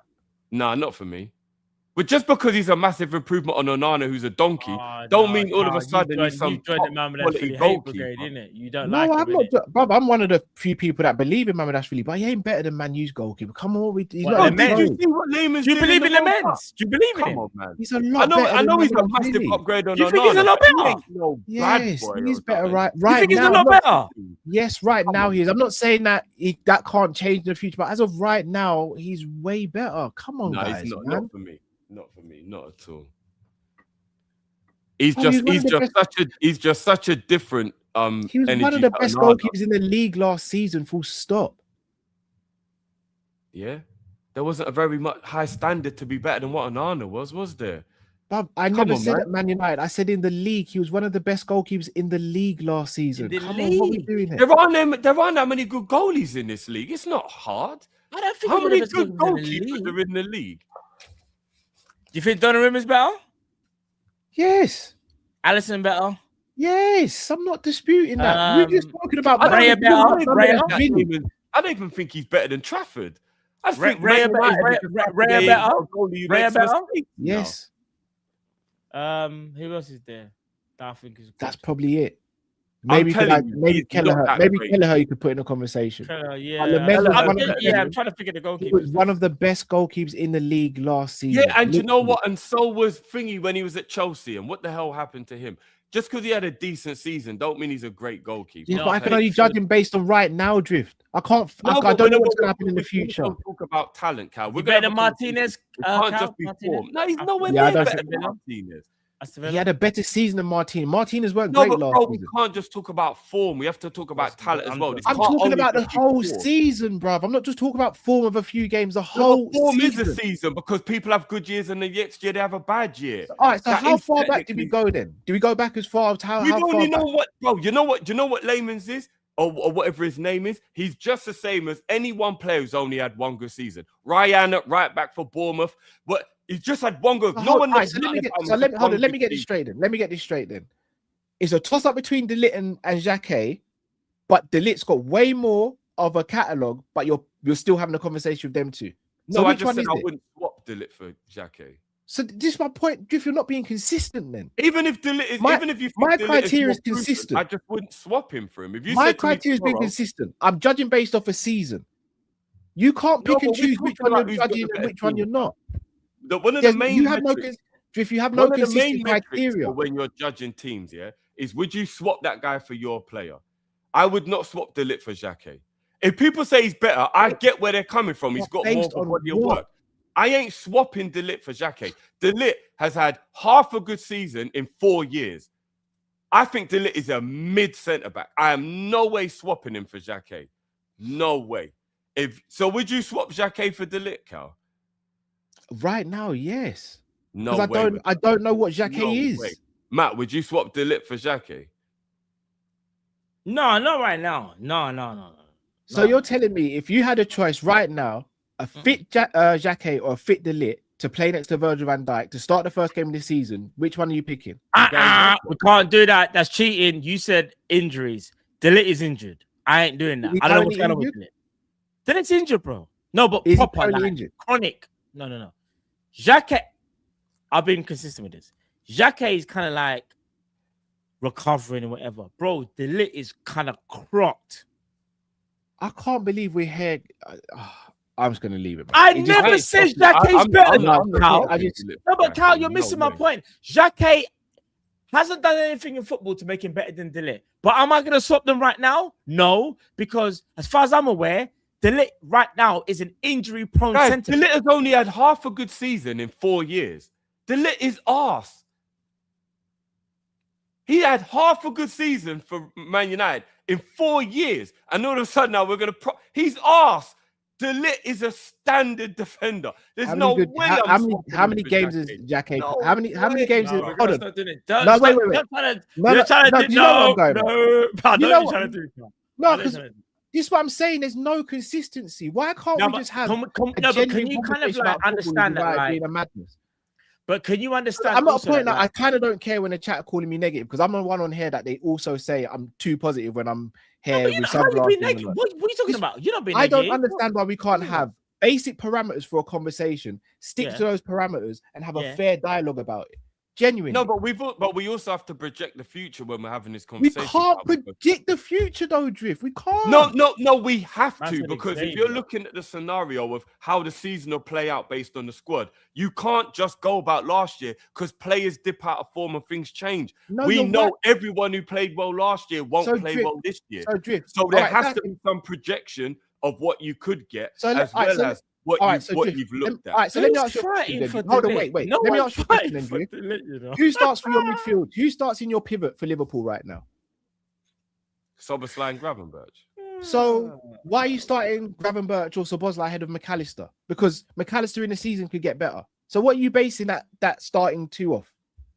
I think that would be the best combination. Why do you think it would be the best combination? Because I could turn around and say I've seen Graven Mack. No. I've seen Graven. No, and one of them's a defensive player. I've seen Graven Mack in the pivot win the league for Liverpool. So why shouldn't it be them two? Yeah, but I think Szoboszlai better than McAllister. So I'm just putting the one who I think's the better player there. And what are you basing it off? Everything, future, past. You're basing it off last season, Drew.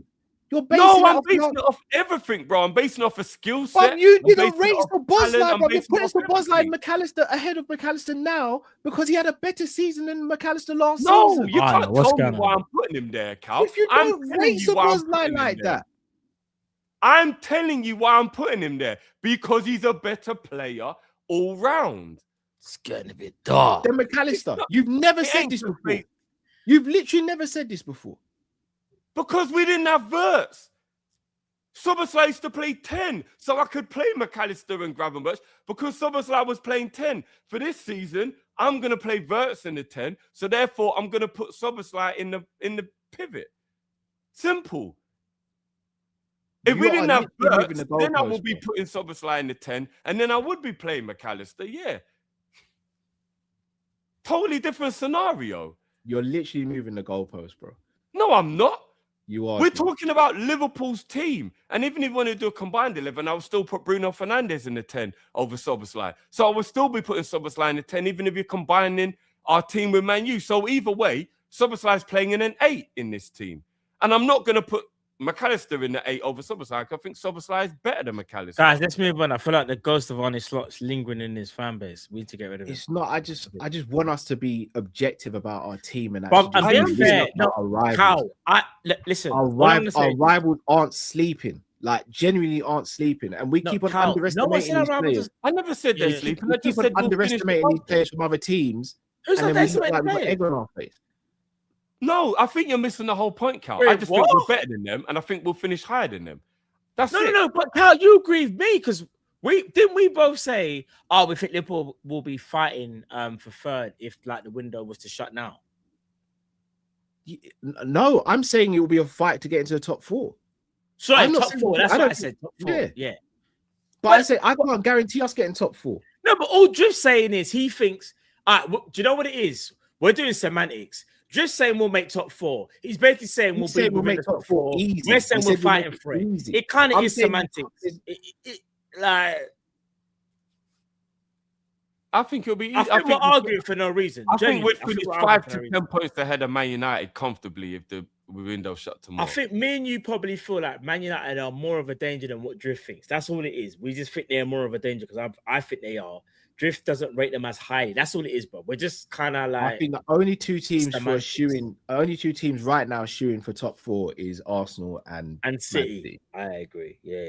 Liverpool, They're the Man two. United, Chelsea, it's a battle. Spurs, I've got to put them in there. It's a battle. I can't sit there and say, well, Spurs are going to finish 17th again like this season. I can't. I've got to look at their squad and I've got to look at the players that they've got, the manager they've got. If we're saying our manager is going to improve us, then I've got to believe that De Zerbi is going to improve them as well, right? So I can't look at them and go, they're washed still because I don't believe Spurs. No, I don't think they're washed. I just think we'll finish above them. I don't think they're washed. I definitely think we have to keep an eye on Chelsea and Spurs. We look at the transfer window. We got to keep an eye on them. But I still think we'll finish above them. That's all. Yes. Chelsea, I can understand where you lot are coming from more than Man U. Villa's We had the a only team conversation that about finished above Chelsea us, I don't finishing worry above us. about. I can understand that conversation more than Man U because they've got Villa's a way the only better team manager. I don't worry about. Villa's literally the only team I don't worry about because they've lost Onana pretty much for the season. Tillemans is gone. Yeah, there's a Aaron massive Rodgers, unknown. Morgan Rogers. Aaron Rodgers, yeah, that's 3 Yeah. big players for Villa. I wouldn't be Yeah. surprised if Emi Martinez goes before the end of the window. Villa, I'm Yeah. not worried. Yeah. No, Villa, there's a massive question mark over Villa. Massive question mark over Villa. I agree with that. But Man United, Carrick, 3 games a week. I ain't worried about Man U if the window shut tomorrow. I'm not worried about them if the window shut tomorrow. If they add, obviously, and they continue to improve, then we never know, innit? If the window shut tomorrow, I ain't worried about them. But if we had, then the whole conversation changes as well. No, We I got mean, against if Spence and based on Barcola Arsenal. and another winger, then I'm sitting there saying that I do think we'll challenge potentially next season. But as of right now, I'm worried.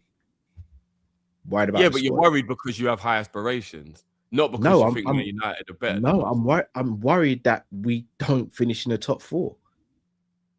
As of right now, today what is it, the 28th of July? I'm worried we don't finish in the top 4. Fair enough.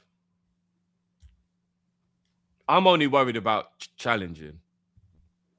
That's where my worry lies. I have ultimate faith in Iraola and the players that we already have. That top 4, I ain't worried about at all. Even if the window shut tomorrow, I want to challenge. I want to win shit. That's what my worry is. Plus, it's top 5. It's not even top 4 anymore. England probably will continue to get top 5 because we'll Fair probably enough, keep but even top I still 4. think top 5 will be a struggle as well. I just want to Top clear this up. 5, Big up top 5. yourself, Jay. Top 5 with our eyes closed. If the window shut tomorrow, top 5 with our eyes closed. There's Never. no way we Never don't way. finish top 5. No way. Window shuts tomorrow, top 5 with our eyes closed. Jay, I gotta call this out, bro. Where do you guys where do I rank Alisson amongst goalkeepers in the league? One of the best. best. I think. Where do I Yeah. rank Virgil amongst One of centre the backs? best. in the Still league? one of the best. Still one of the Where best. do I rank Kirkes as one of the best left backs in the league? Probably like top 5. I'm guessing top. Where do I 5. rank Szoboszlai as one of the best in the league? One of the best defenders in the league. I'm guessing. Yeah. Where do I rate Isak in the league? Yeah. Bad. Yeah. There's 5 out of 11. I don't. So do I not rate those players? Or No, but just I'm asking. You I'm got just not- Jay. I'm- No, Jay's on a wind up. No, I'm asking because it's not just Jay. Jay, you Yeah, need I'm- to stop this. You know, No, it's Jay. not just Jay. It's not just Jay. Jay, my Like, brother, he's on a I'm wind up asking, team tonight. where do I He's on rate a wind up. Ekatike? Bruv, yeah. Oh, so I rate these players. Rate Rio. Oh no, as you well. need to convince him. That's me gonna be a bit Like- petty. So I don't get it. Like, No, you rate the play, bro. I know you rate the players. Drift rates the. well, actually, Listen, just because we have good players doesn't mean other clubs don't have good players as I well. understand Like, that. I understand. I don't understand it, but it's cool, man. Yeah, but we've also got a better manager. Yeah, we had a better manager with Klopp a lot of the times. Didn't always mean we finished above other teams. Arteta's not a better manager than Pep. Yeah, but he Is he? was just lucky that he caught the two top not managers in their transition. No, He was lucky, everything really did fall into place for Arsenal. Klopp and Pep were coming to the end. Both teams are in transitions, and Arsenal have been building. It was perfect time. I'm not trying to badman Arsenal. It was perfect timing. Everything just worked out for them. If Pep and Klopp were still in their peak, Arteta doesn't stand a chance. Doesn't even remotely get close. But both managers are on their way out. Fair play to him. Well done. But that's not got anything to do with Carrick. At least Arteta built that body of work over 7 years. Carrick had, 1 year-and-a-half stint at Middlesbrough and now half a year at Man U. I'm not worried about Carrick. Who do you think's a better coach, Arne Slot or Michael Carrick? Who's a better coach, Arne Slot or Michael Carrick? Slot. Who's a better coach, Michael Carrick or Unai Emery? Emery. You finished above both of them last season. Yeah. They had 1 game a week. He just brought the feel-good factor back. And do you know how many games they just about won as well? Like, but they still won them. Yeah. So you think that Carrick over a 38-game season can out-coach Iraola?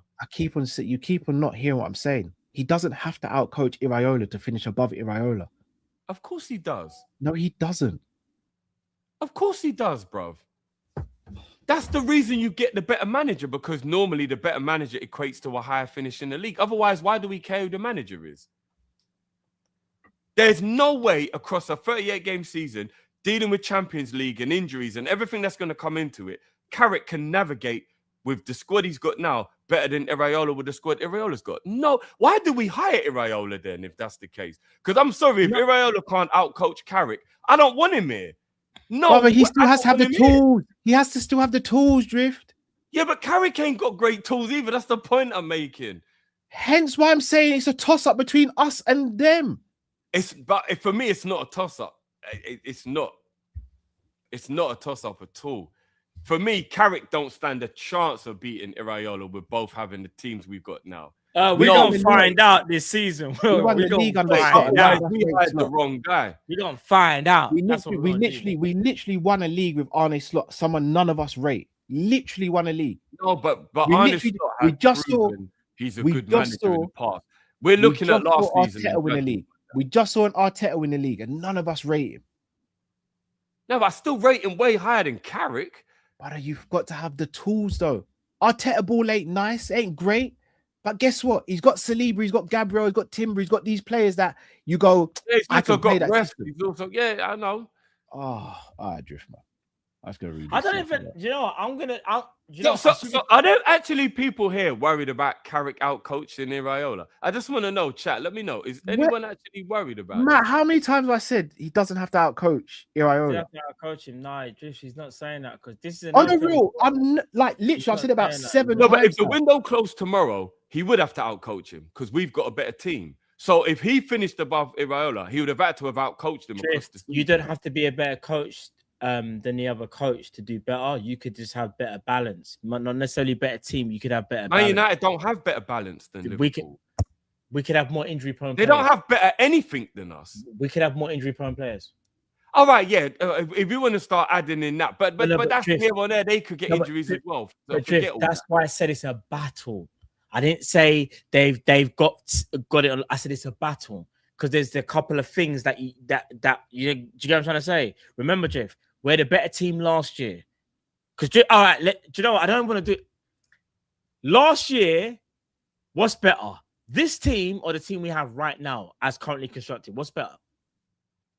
Last season, obviously.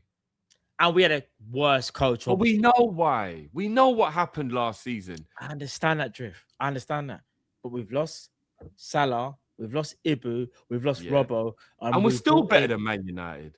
And we brought in Xhaka and Munoz, right? And we're still better than Man United. Even with all those players gone, we're still better than Man United. Drift, I'm not saying we're not better. I'm saying how we're constructed, we would be fighting them. when we should be fighting City and Arsenal. And that's fine if you believe That's that. the argument. I don't know.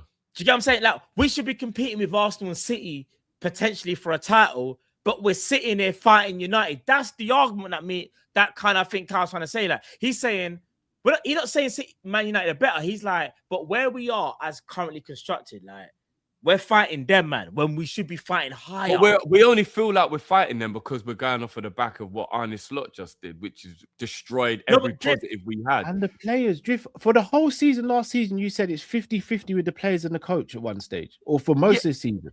Yeah, and then the more it went on, what did I say? I'm starting to realize, no, and that's why I became Slot out, because I was like, do you know what? The more I'm watching this, the more it is the coach. What on earth is going on here? Drift, the best way to describe it is this.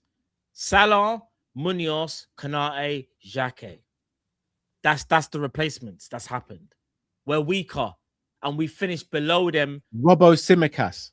Last year, but I get it, Drift. The coach, I know the coach is an idiot. We know that. But what I'm saying is, even from a personal perspective, we've gotten weaker. We have. And we're still better than Man United, even though we've got weaker. Bro. Forget where they finished last season. That has nothing to do with it. All right. Let's simply disagree. I think, me personally, I just think whether you think they're better or not, we will be fighting them when really and truly we should be fighting Arsenal and City. That's the whole argument. So regardless, I understand that. I hear you, bro. So regardless of what we think of United, whether me and Kyle think slightly better or not, the argument is, my bro, you know this already. You said it yourself. We should be fighting for the best. We're not fighting. As being currently constructed, we ain't fighting. We're kind of like parting with them, man. And that's not an argument that we want to get into, that we've been having, basically. That's what you and Kyle have been debating. An argument that we don't even want to have. But it hurts. I just think we're just floating in that middle ground at the moment. And that's what's frustrating, because I want us to go up. But at the moment, I don't feel like Man United are in a better position than we are. I don't.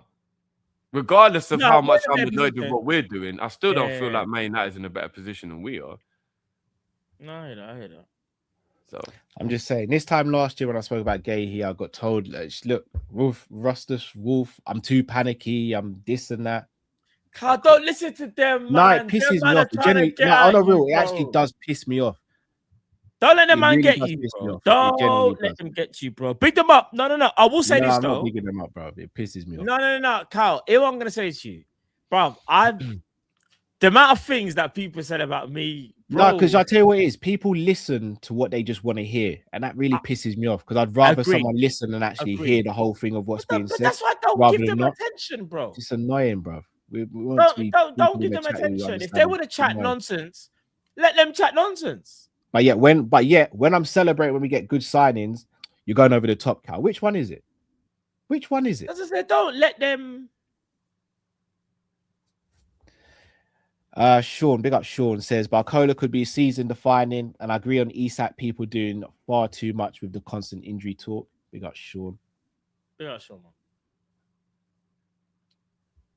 man. Big up Jaquez says, big up Hendo. At the end of the day, fans are fickle. Do what's best for you and your family. Welbeck's a good signing as well. I do actually think that Welbeck is a very good signing for Chelsea, all things considered. But I'll just be told I'm glazing rivals again, innit? Thomas says, Diamande's dad actually a Madrid fan, no lie. Wasn't Diamande's dad a Liverpool fan? No, wasn't he a PSG fan? Well, this is some Scooby-Doo thing where these men just keep taking off the mask and showing something. Them man, they just want money. That's what they want, money. He literally said his dad's a Liverpool fan, didn't he? No, I think he said his dad's a PSG fan. It's one of the two. Okay, he's one of them. No, it's one of the two. He's basically doing what Caicedo did to get the move. Yeah. Do you know people have forgotten? This man are just full up of shit, man. People forgetting before Caicedo got into the battle with Liverpool and Chelsea. Do you guys remember? He said he was upset and sad and wrote a letter how he wanted to go to Arsenal. Yeah, these men are just full up of shit, man. Don't that man wanna. Yeah. The only time when I'll believe it is when I see a moment like that time when Frimpong's dad was overwhelmed with emotion when he was like, Dad, I play for your team now. And his dad got all caught. Like, when I see that, then I'm like, oh no, I believe that. When I'm just hearing quotes on the internet, it's all bullshit, man. Man, I did Instagram lives and that. Yeah, Man smoking a spliff. Yeah, bro. Yeah, big that up- supports. Big up to But that Akio supports says, whoever I'm playing for. get Yes, I Barcola or dip. We got other business times ticking. Yeah, I hear that. Defense. Shout out to LFC09 says, but we are getting new investors. Oh, we spread that one already. Big Yeah, up yourself. but it's not happened Big yet. up Big up to God AEM says, I wouldn't pay more than 60 for Barcola. Don't rate him. New players emerge every season. Just use academy or use 4-4-2 until next season. That's Tom Little's burner account. I'm not buying that. I don't agree with that one. Academy. Only going up to 60 mil, brother. In this market, I don't know who you can buy for 60 mil. 60 mil, they probably don't even get you Barcola's boots that he wore at the World Cup, if I'm going to be honest. That'll get you like Chiesa. No, I'm joking, but yeah. Shout out to Captain Sal. Says Arsenal were offering high wages to Barcola, but he still chose Liverpool allegedly. Fairs. Hopefully that is true. I hope that stays like that. Shout out to Jesse James says, Matt, stop looking at your Monzo, it won't get affected regarding cost for Barcola. LFC says Matt's becoming some man in Blood Color Man TV. What's happening? At like Team Kopish of the last summer, Drifty. At like Team Kopish of last summer, Drifty punch Matt, man. Big up your content anyways. I think he's saying he wants us to be more positive. I'm just going to do positive from now on. That's all I'm going to do. I'm not going to speak about remember when you know what's so mad? I got told I was too positive a couple. You know what? It's cool. It's cool. I ain't going to say nothing. Big up to Jamie says Barcola has 62 GA in the last 2 seasons with pace and power and his pressing and work rate. Top boy signing. I agree, Jamie. Fully agree with that. Shakez says, you man think LFC could hijack the Ndai deal from Saudi's homegrown as well? Everton would never sell to us, bro. I think he's you know what? In this world that we live in now, I don't even know if we could say never anymore. Me and Matt were talking about this the other day. If we put £80 million right in front of Everton's face, I don't think it's just a given they'll say no. I get the rivalry and all that, but I really don't think it's a given they say no. I think you should try. He's a top player. I actually think Iliman Ndai. Whatever. Yeah, he might be going Saudi. Yeah, but I'm sure that's just a money thing. You don't think he would come to Liverpool if we was like no. Ndai would, but I don't think Everton would enter negotiations. Remember, Everton ain't really got that much money. No, I'm not even gonna lie. If you put money in front of them, you never know. But I just don't know. He's a baller, man. I've seen stranger things happen, bro. He is a baller. Big up to AMD says, big up you, man. Bless the family. Same to you, bro. Regarding Barcola, sometimes you can be that guy, but the manager just prefers another style. For example, Fowler got pushed out by players not as great as finishing as him. That's very true. Jared Julio. I think injuries had a lot to do with Fowler as well, though. Brad says Diaz didn't do it in the Premier League. Yes, he did. What's this? Not necessarily on the wing, but he definitely proved himself. Yes, he did the Premier League. Why Aiden says, trying to change history? Doku hasn't got more than 11 GA in a Prem season. Yeah, but he's... you know what? I forgot we only judge people on GA. I was gonna... Listen, I rate... You know... All right. Doku's still a top 3 Premier League winger. Obviously, he needs production to get to the next level. He's not a scrub, though. Like, he's still a good winger. I'm just saying, in my opinion, if Barcola walks into Liverpool, I expect Barcola to get better production than Doku, but that doesn't take away from what Doku does for Man City. And it's not just about goals. When Doku gets the ball, everyone's scared. Everyone is scared of Doku. Whether you think he's going to do something, they're scared. But it is what it is, isn't it? So I'll leave it there. I don't want to get into no back and forth. Tana says, Drift has a point about Barcola's finishing. However, I bet £1,000 with Drift that Barcola will take 3 times less time to adapt to the Premier League than Wirtz did. No, I agree with that. I think he would adapt to the league better, yeah. Because I think it's obvious, even though I don't rate the French league that high in terms of quality, it definitely seems to be a much easier transitional league for the playing style or whatever you want to call it. So, yeah, I agree with that. I think Barcola will settle quicker than Wirtz.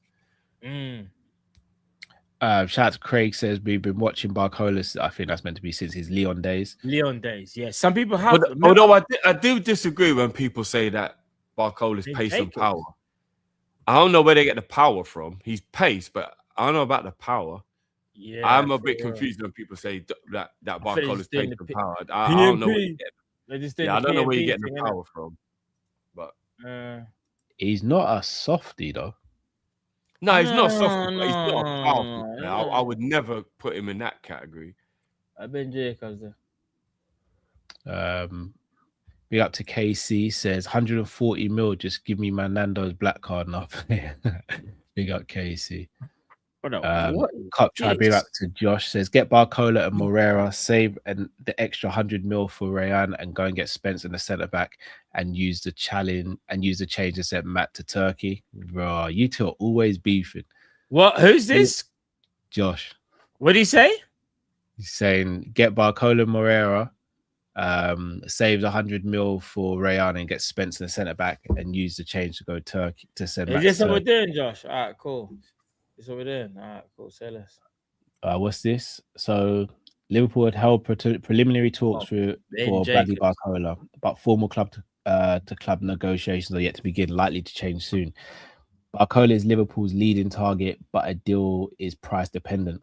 PSG starting point is 170 million euros, which Liverpool view as inflated and unrealistic. Aim will be to strike an agreement. Like an agreement for less. Yeah. Do you want me to read it? Because it's easier. Yeah. Liverpool also tried for Barcola last summer when he was valued around at 85 million euros. LFC have no intention to pay double that number now. PSG's position is informed by other deals this summer, including Elliot Anderson, 116 mil, and Morgan Rogers, 117 mil.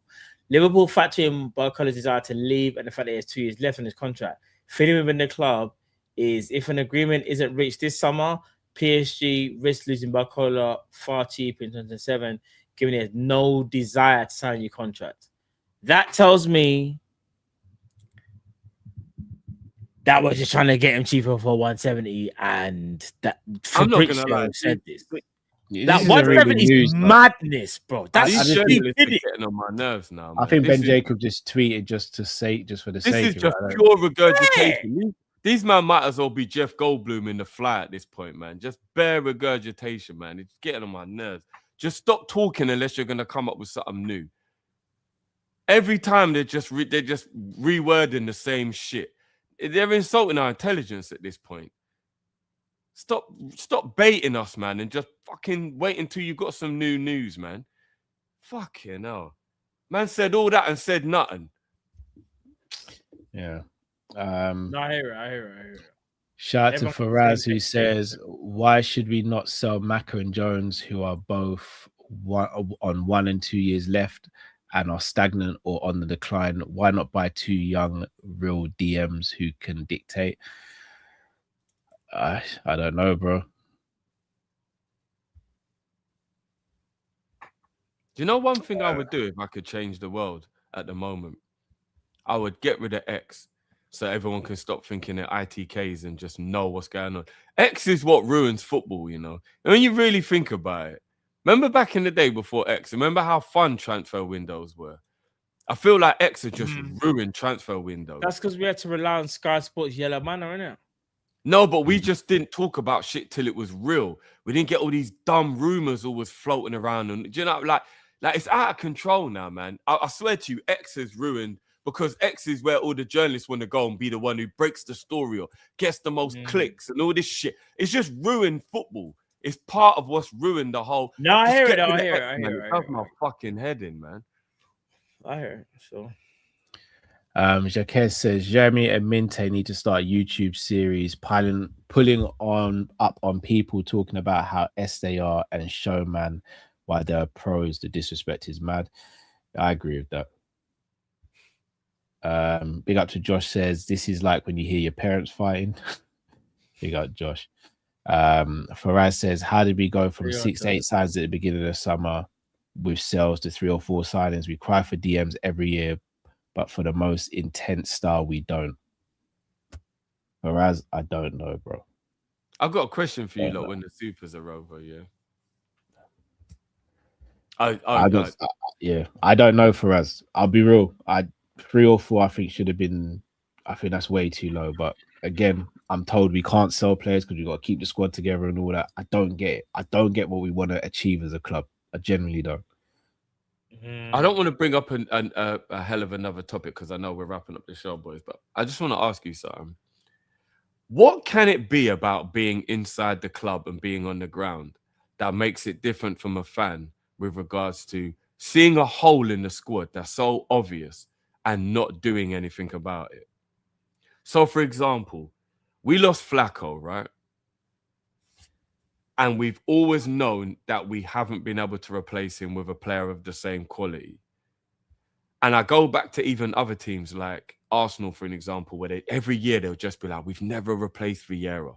We've never replaced Vieira. Man United, we've never replaced Keane. We've never replaced Keane.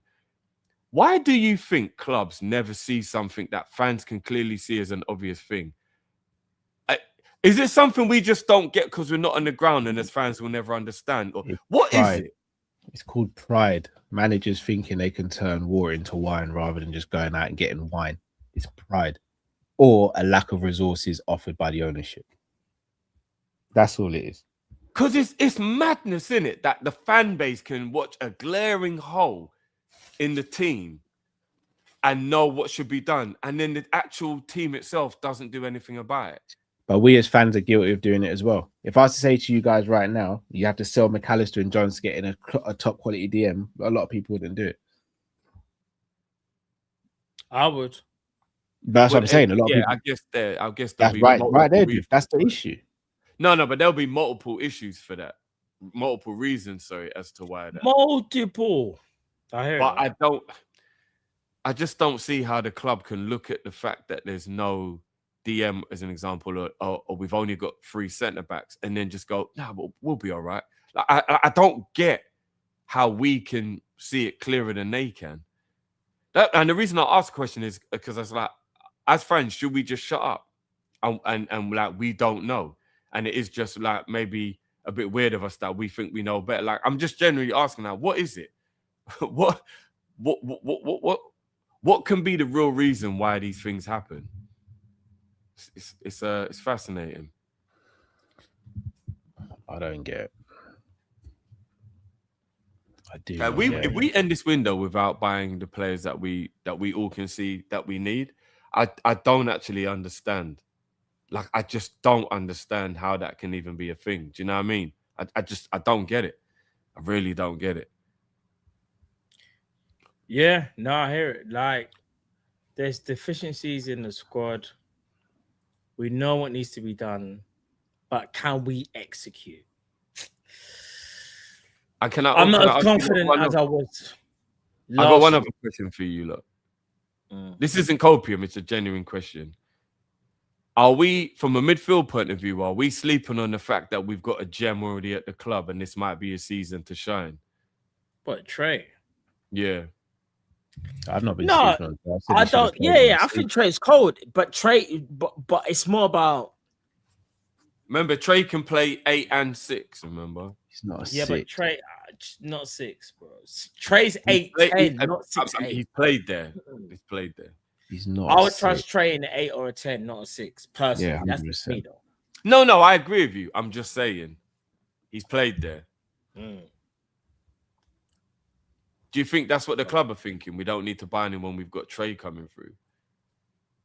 If they're thinking that, then we'll see what happens. If they think that, then if they think Trey's a 6, then I don't know. If they think Trey's a 6, then that tells not me necessarily a 6, but just an answer to the midfield problem. No, it can't be, bro. It can't be. Well, a combative. No, but they might not think that we need a combative. That's the point I'm making. Like, why haven't they bought one? Maybe they don't think we need that. Do you get what I mean? Because why? He's an 8/10, man. He ain't no 6, bro. Like, there's loads of questions I ask. Maybe we aren't going to buy a centre back because they believe they can play Endo at centre back. Is Endo back in training? Yeah. Not with the squad. He's not. Endo ain't even back. No, he's on the tour and stuff. I think he is. Yeah, Ekatike's on the tour. Played no minutes. They're not training with the squad. They're just out there, but they're not training with the squad. I'm sure Endo is fit, because he almost made the World Cup team. I'm sure he's not training with the team. Didn't my man No, I remember it doesn't matter if he's not available right this second. But he will be back obviously for the majority of the season.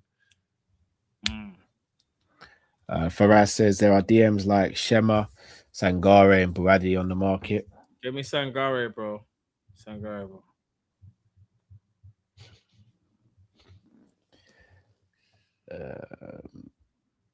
Also goes on to say, do people think our pivot will suddenly become DM? Whereas you're asking questions I can't answer, bro. I'm a little confused what he means by that, but in the sense of, will our pivot that we complained about last season and wanting the DM, will that suddenly now just not be the case for one of our pivot players? He's saying basically saying, can Iraola do what Slot did and win a league without a true DM? Absolutely. I would rather get rid of the possibility of it failing by buying a DM, but could it? Absolutely. If Iraola gets his coaching right and gets everybody back up to speed, Szoboszlai and Gravenberch as a pivot absolutely can win the league. It did before. The question mark is, can Iraola do that? That's the only question mark. I don't think there's any doubt in the ability. I agree with Matt. I would upgrade on Gravenberch 100% because I don't think Gravenberch has got that dog in him to be a DM. But if we're talking about proof of it being done, it happened. We watched it. He played DM and we won the league. So if Iraola just gets the midfield balanced right, it could happen again. Easy. Yeah. So we'll see. Do you guys have anything coming out on your channels that you want to tell the people about? Not tomorrow, potentially Wednesday though. I'm gonna have a pre-recorded that I'm gonna be releasing on my channel tomorrow. So yeah, look out for that, guys. Big Art J says, why mentioning kids? Kids don't win S. We need veterans, not young players. We can't rely on kids contributing at all. It's silly to even suggest it. Sometimes I don't know whether Jay's being sarcastic, whether he's Jay's just gone mad. I don't understand. You know what Jay's like. I reckon that was a sarcastic. See, I swear, I don't think that's Jay being serious. I think he's just, obviously there's no harm in having like a couple of like kid players on the periphery, but no one's saying like integrate and no, it's cool, man. We got Scanlon, we're good, man. Squad wise, we got Scanlon, we got Kieran Morrison, Frimpong can play right wing and right back. We don't even need Barcola. We got Gakpo, man. Gakpo gets as many goals as Barcola. Rio's the best young player in world football history. Run it, man. Let's just start the season tomorrow. We don't need players. Do you not think any of the young players? Do you think any of our young players can be an answer this season? Like any of them? They can bolster the squad, but not starters. Do you think Kumas can play a role this season? No.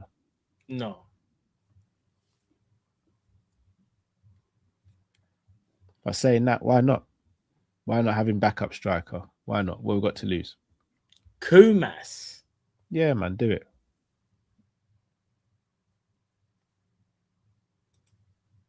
Yeah, do it, man.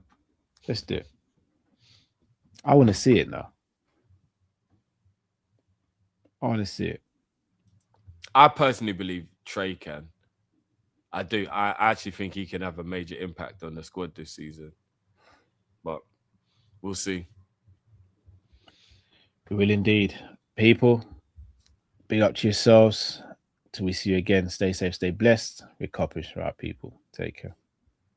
Peace. Yeah.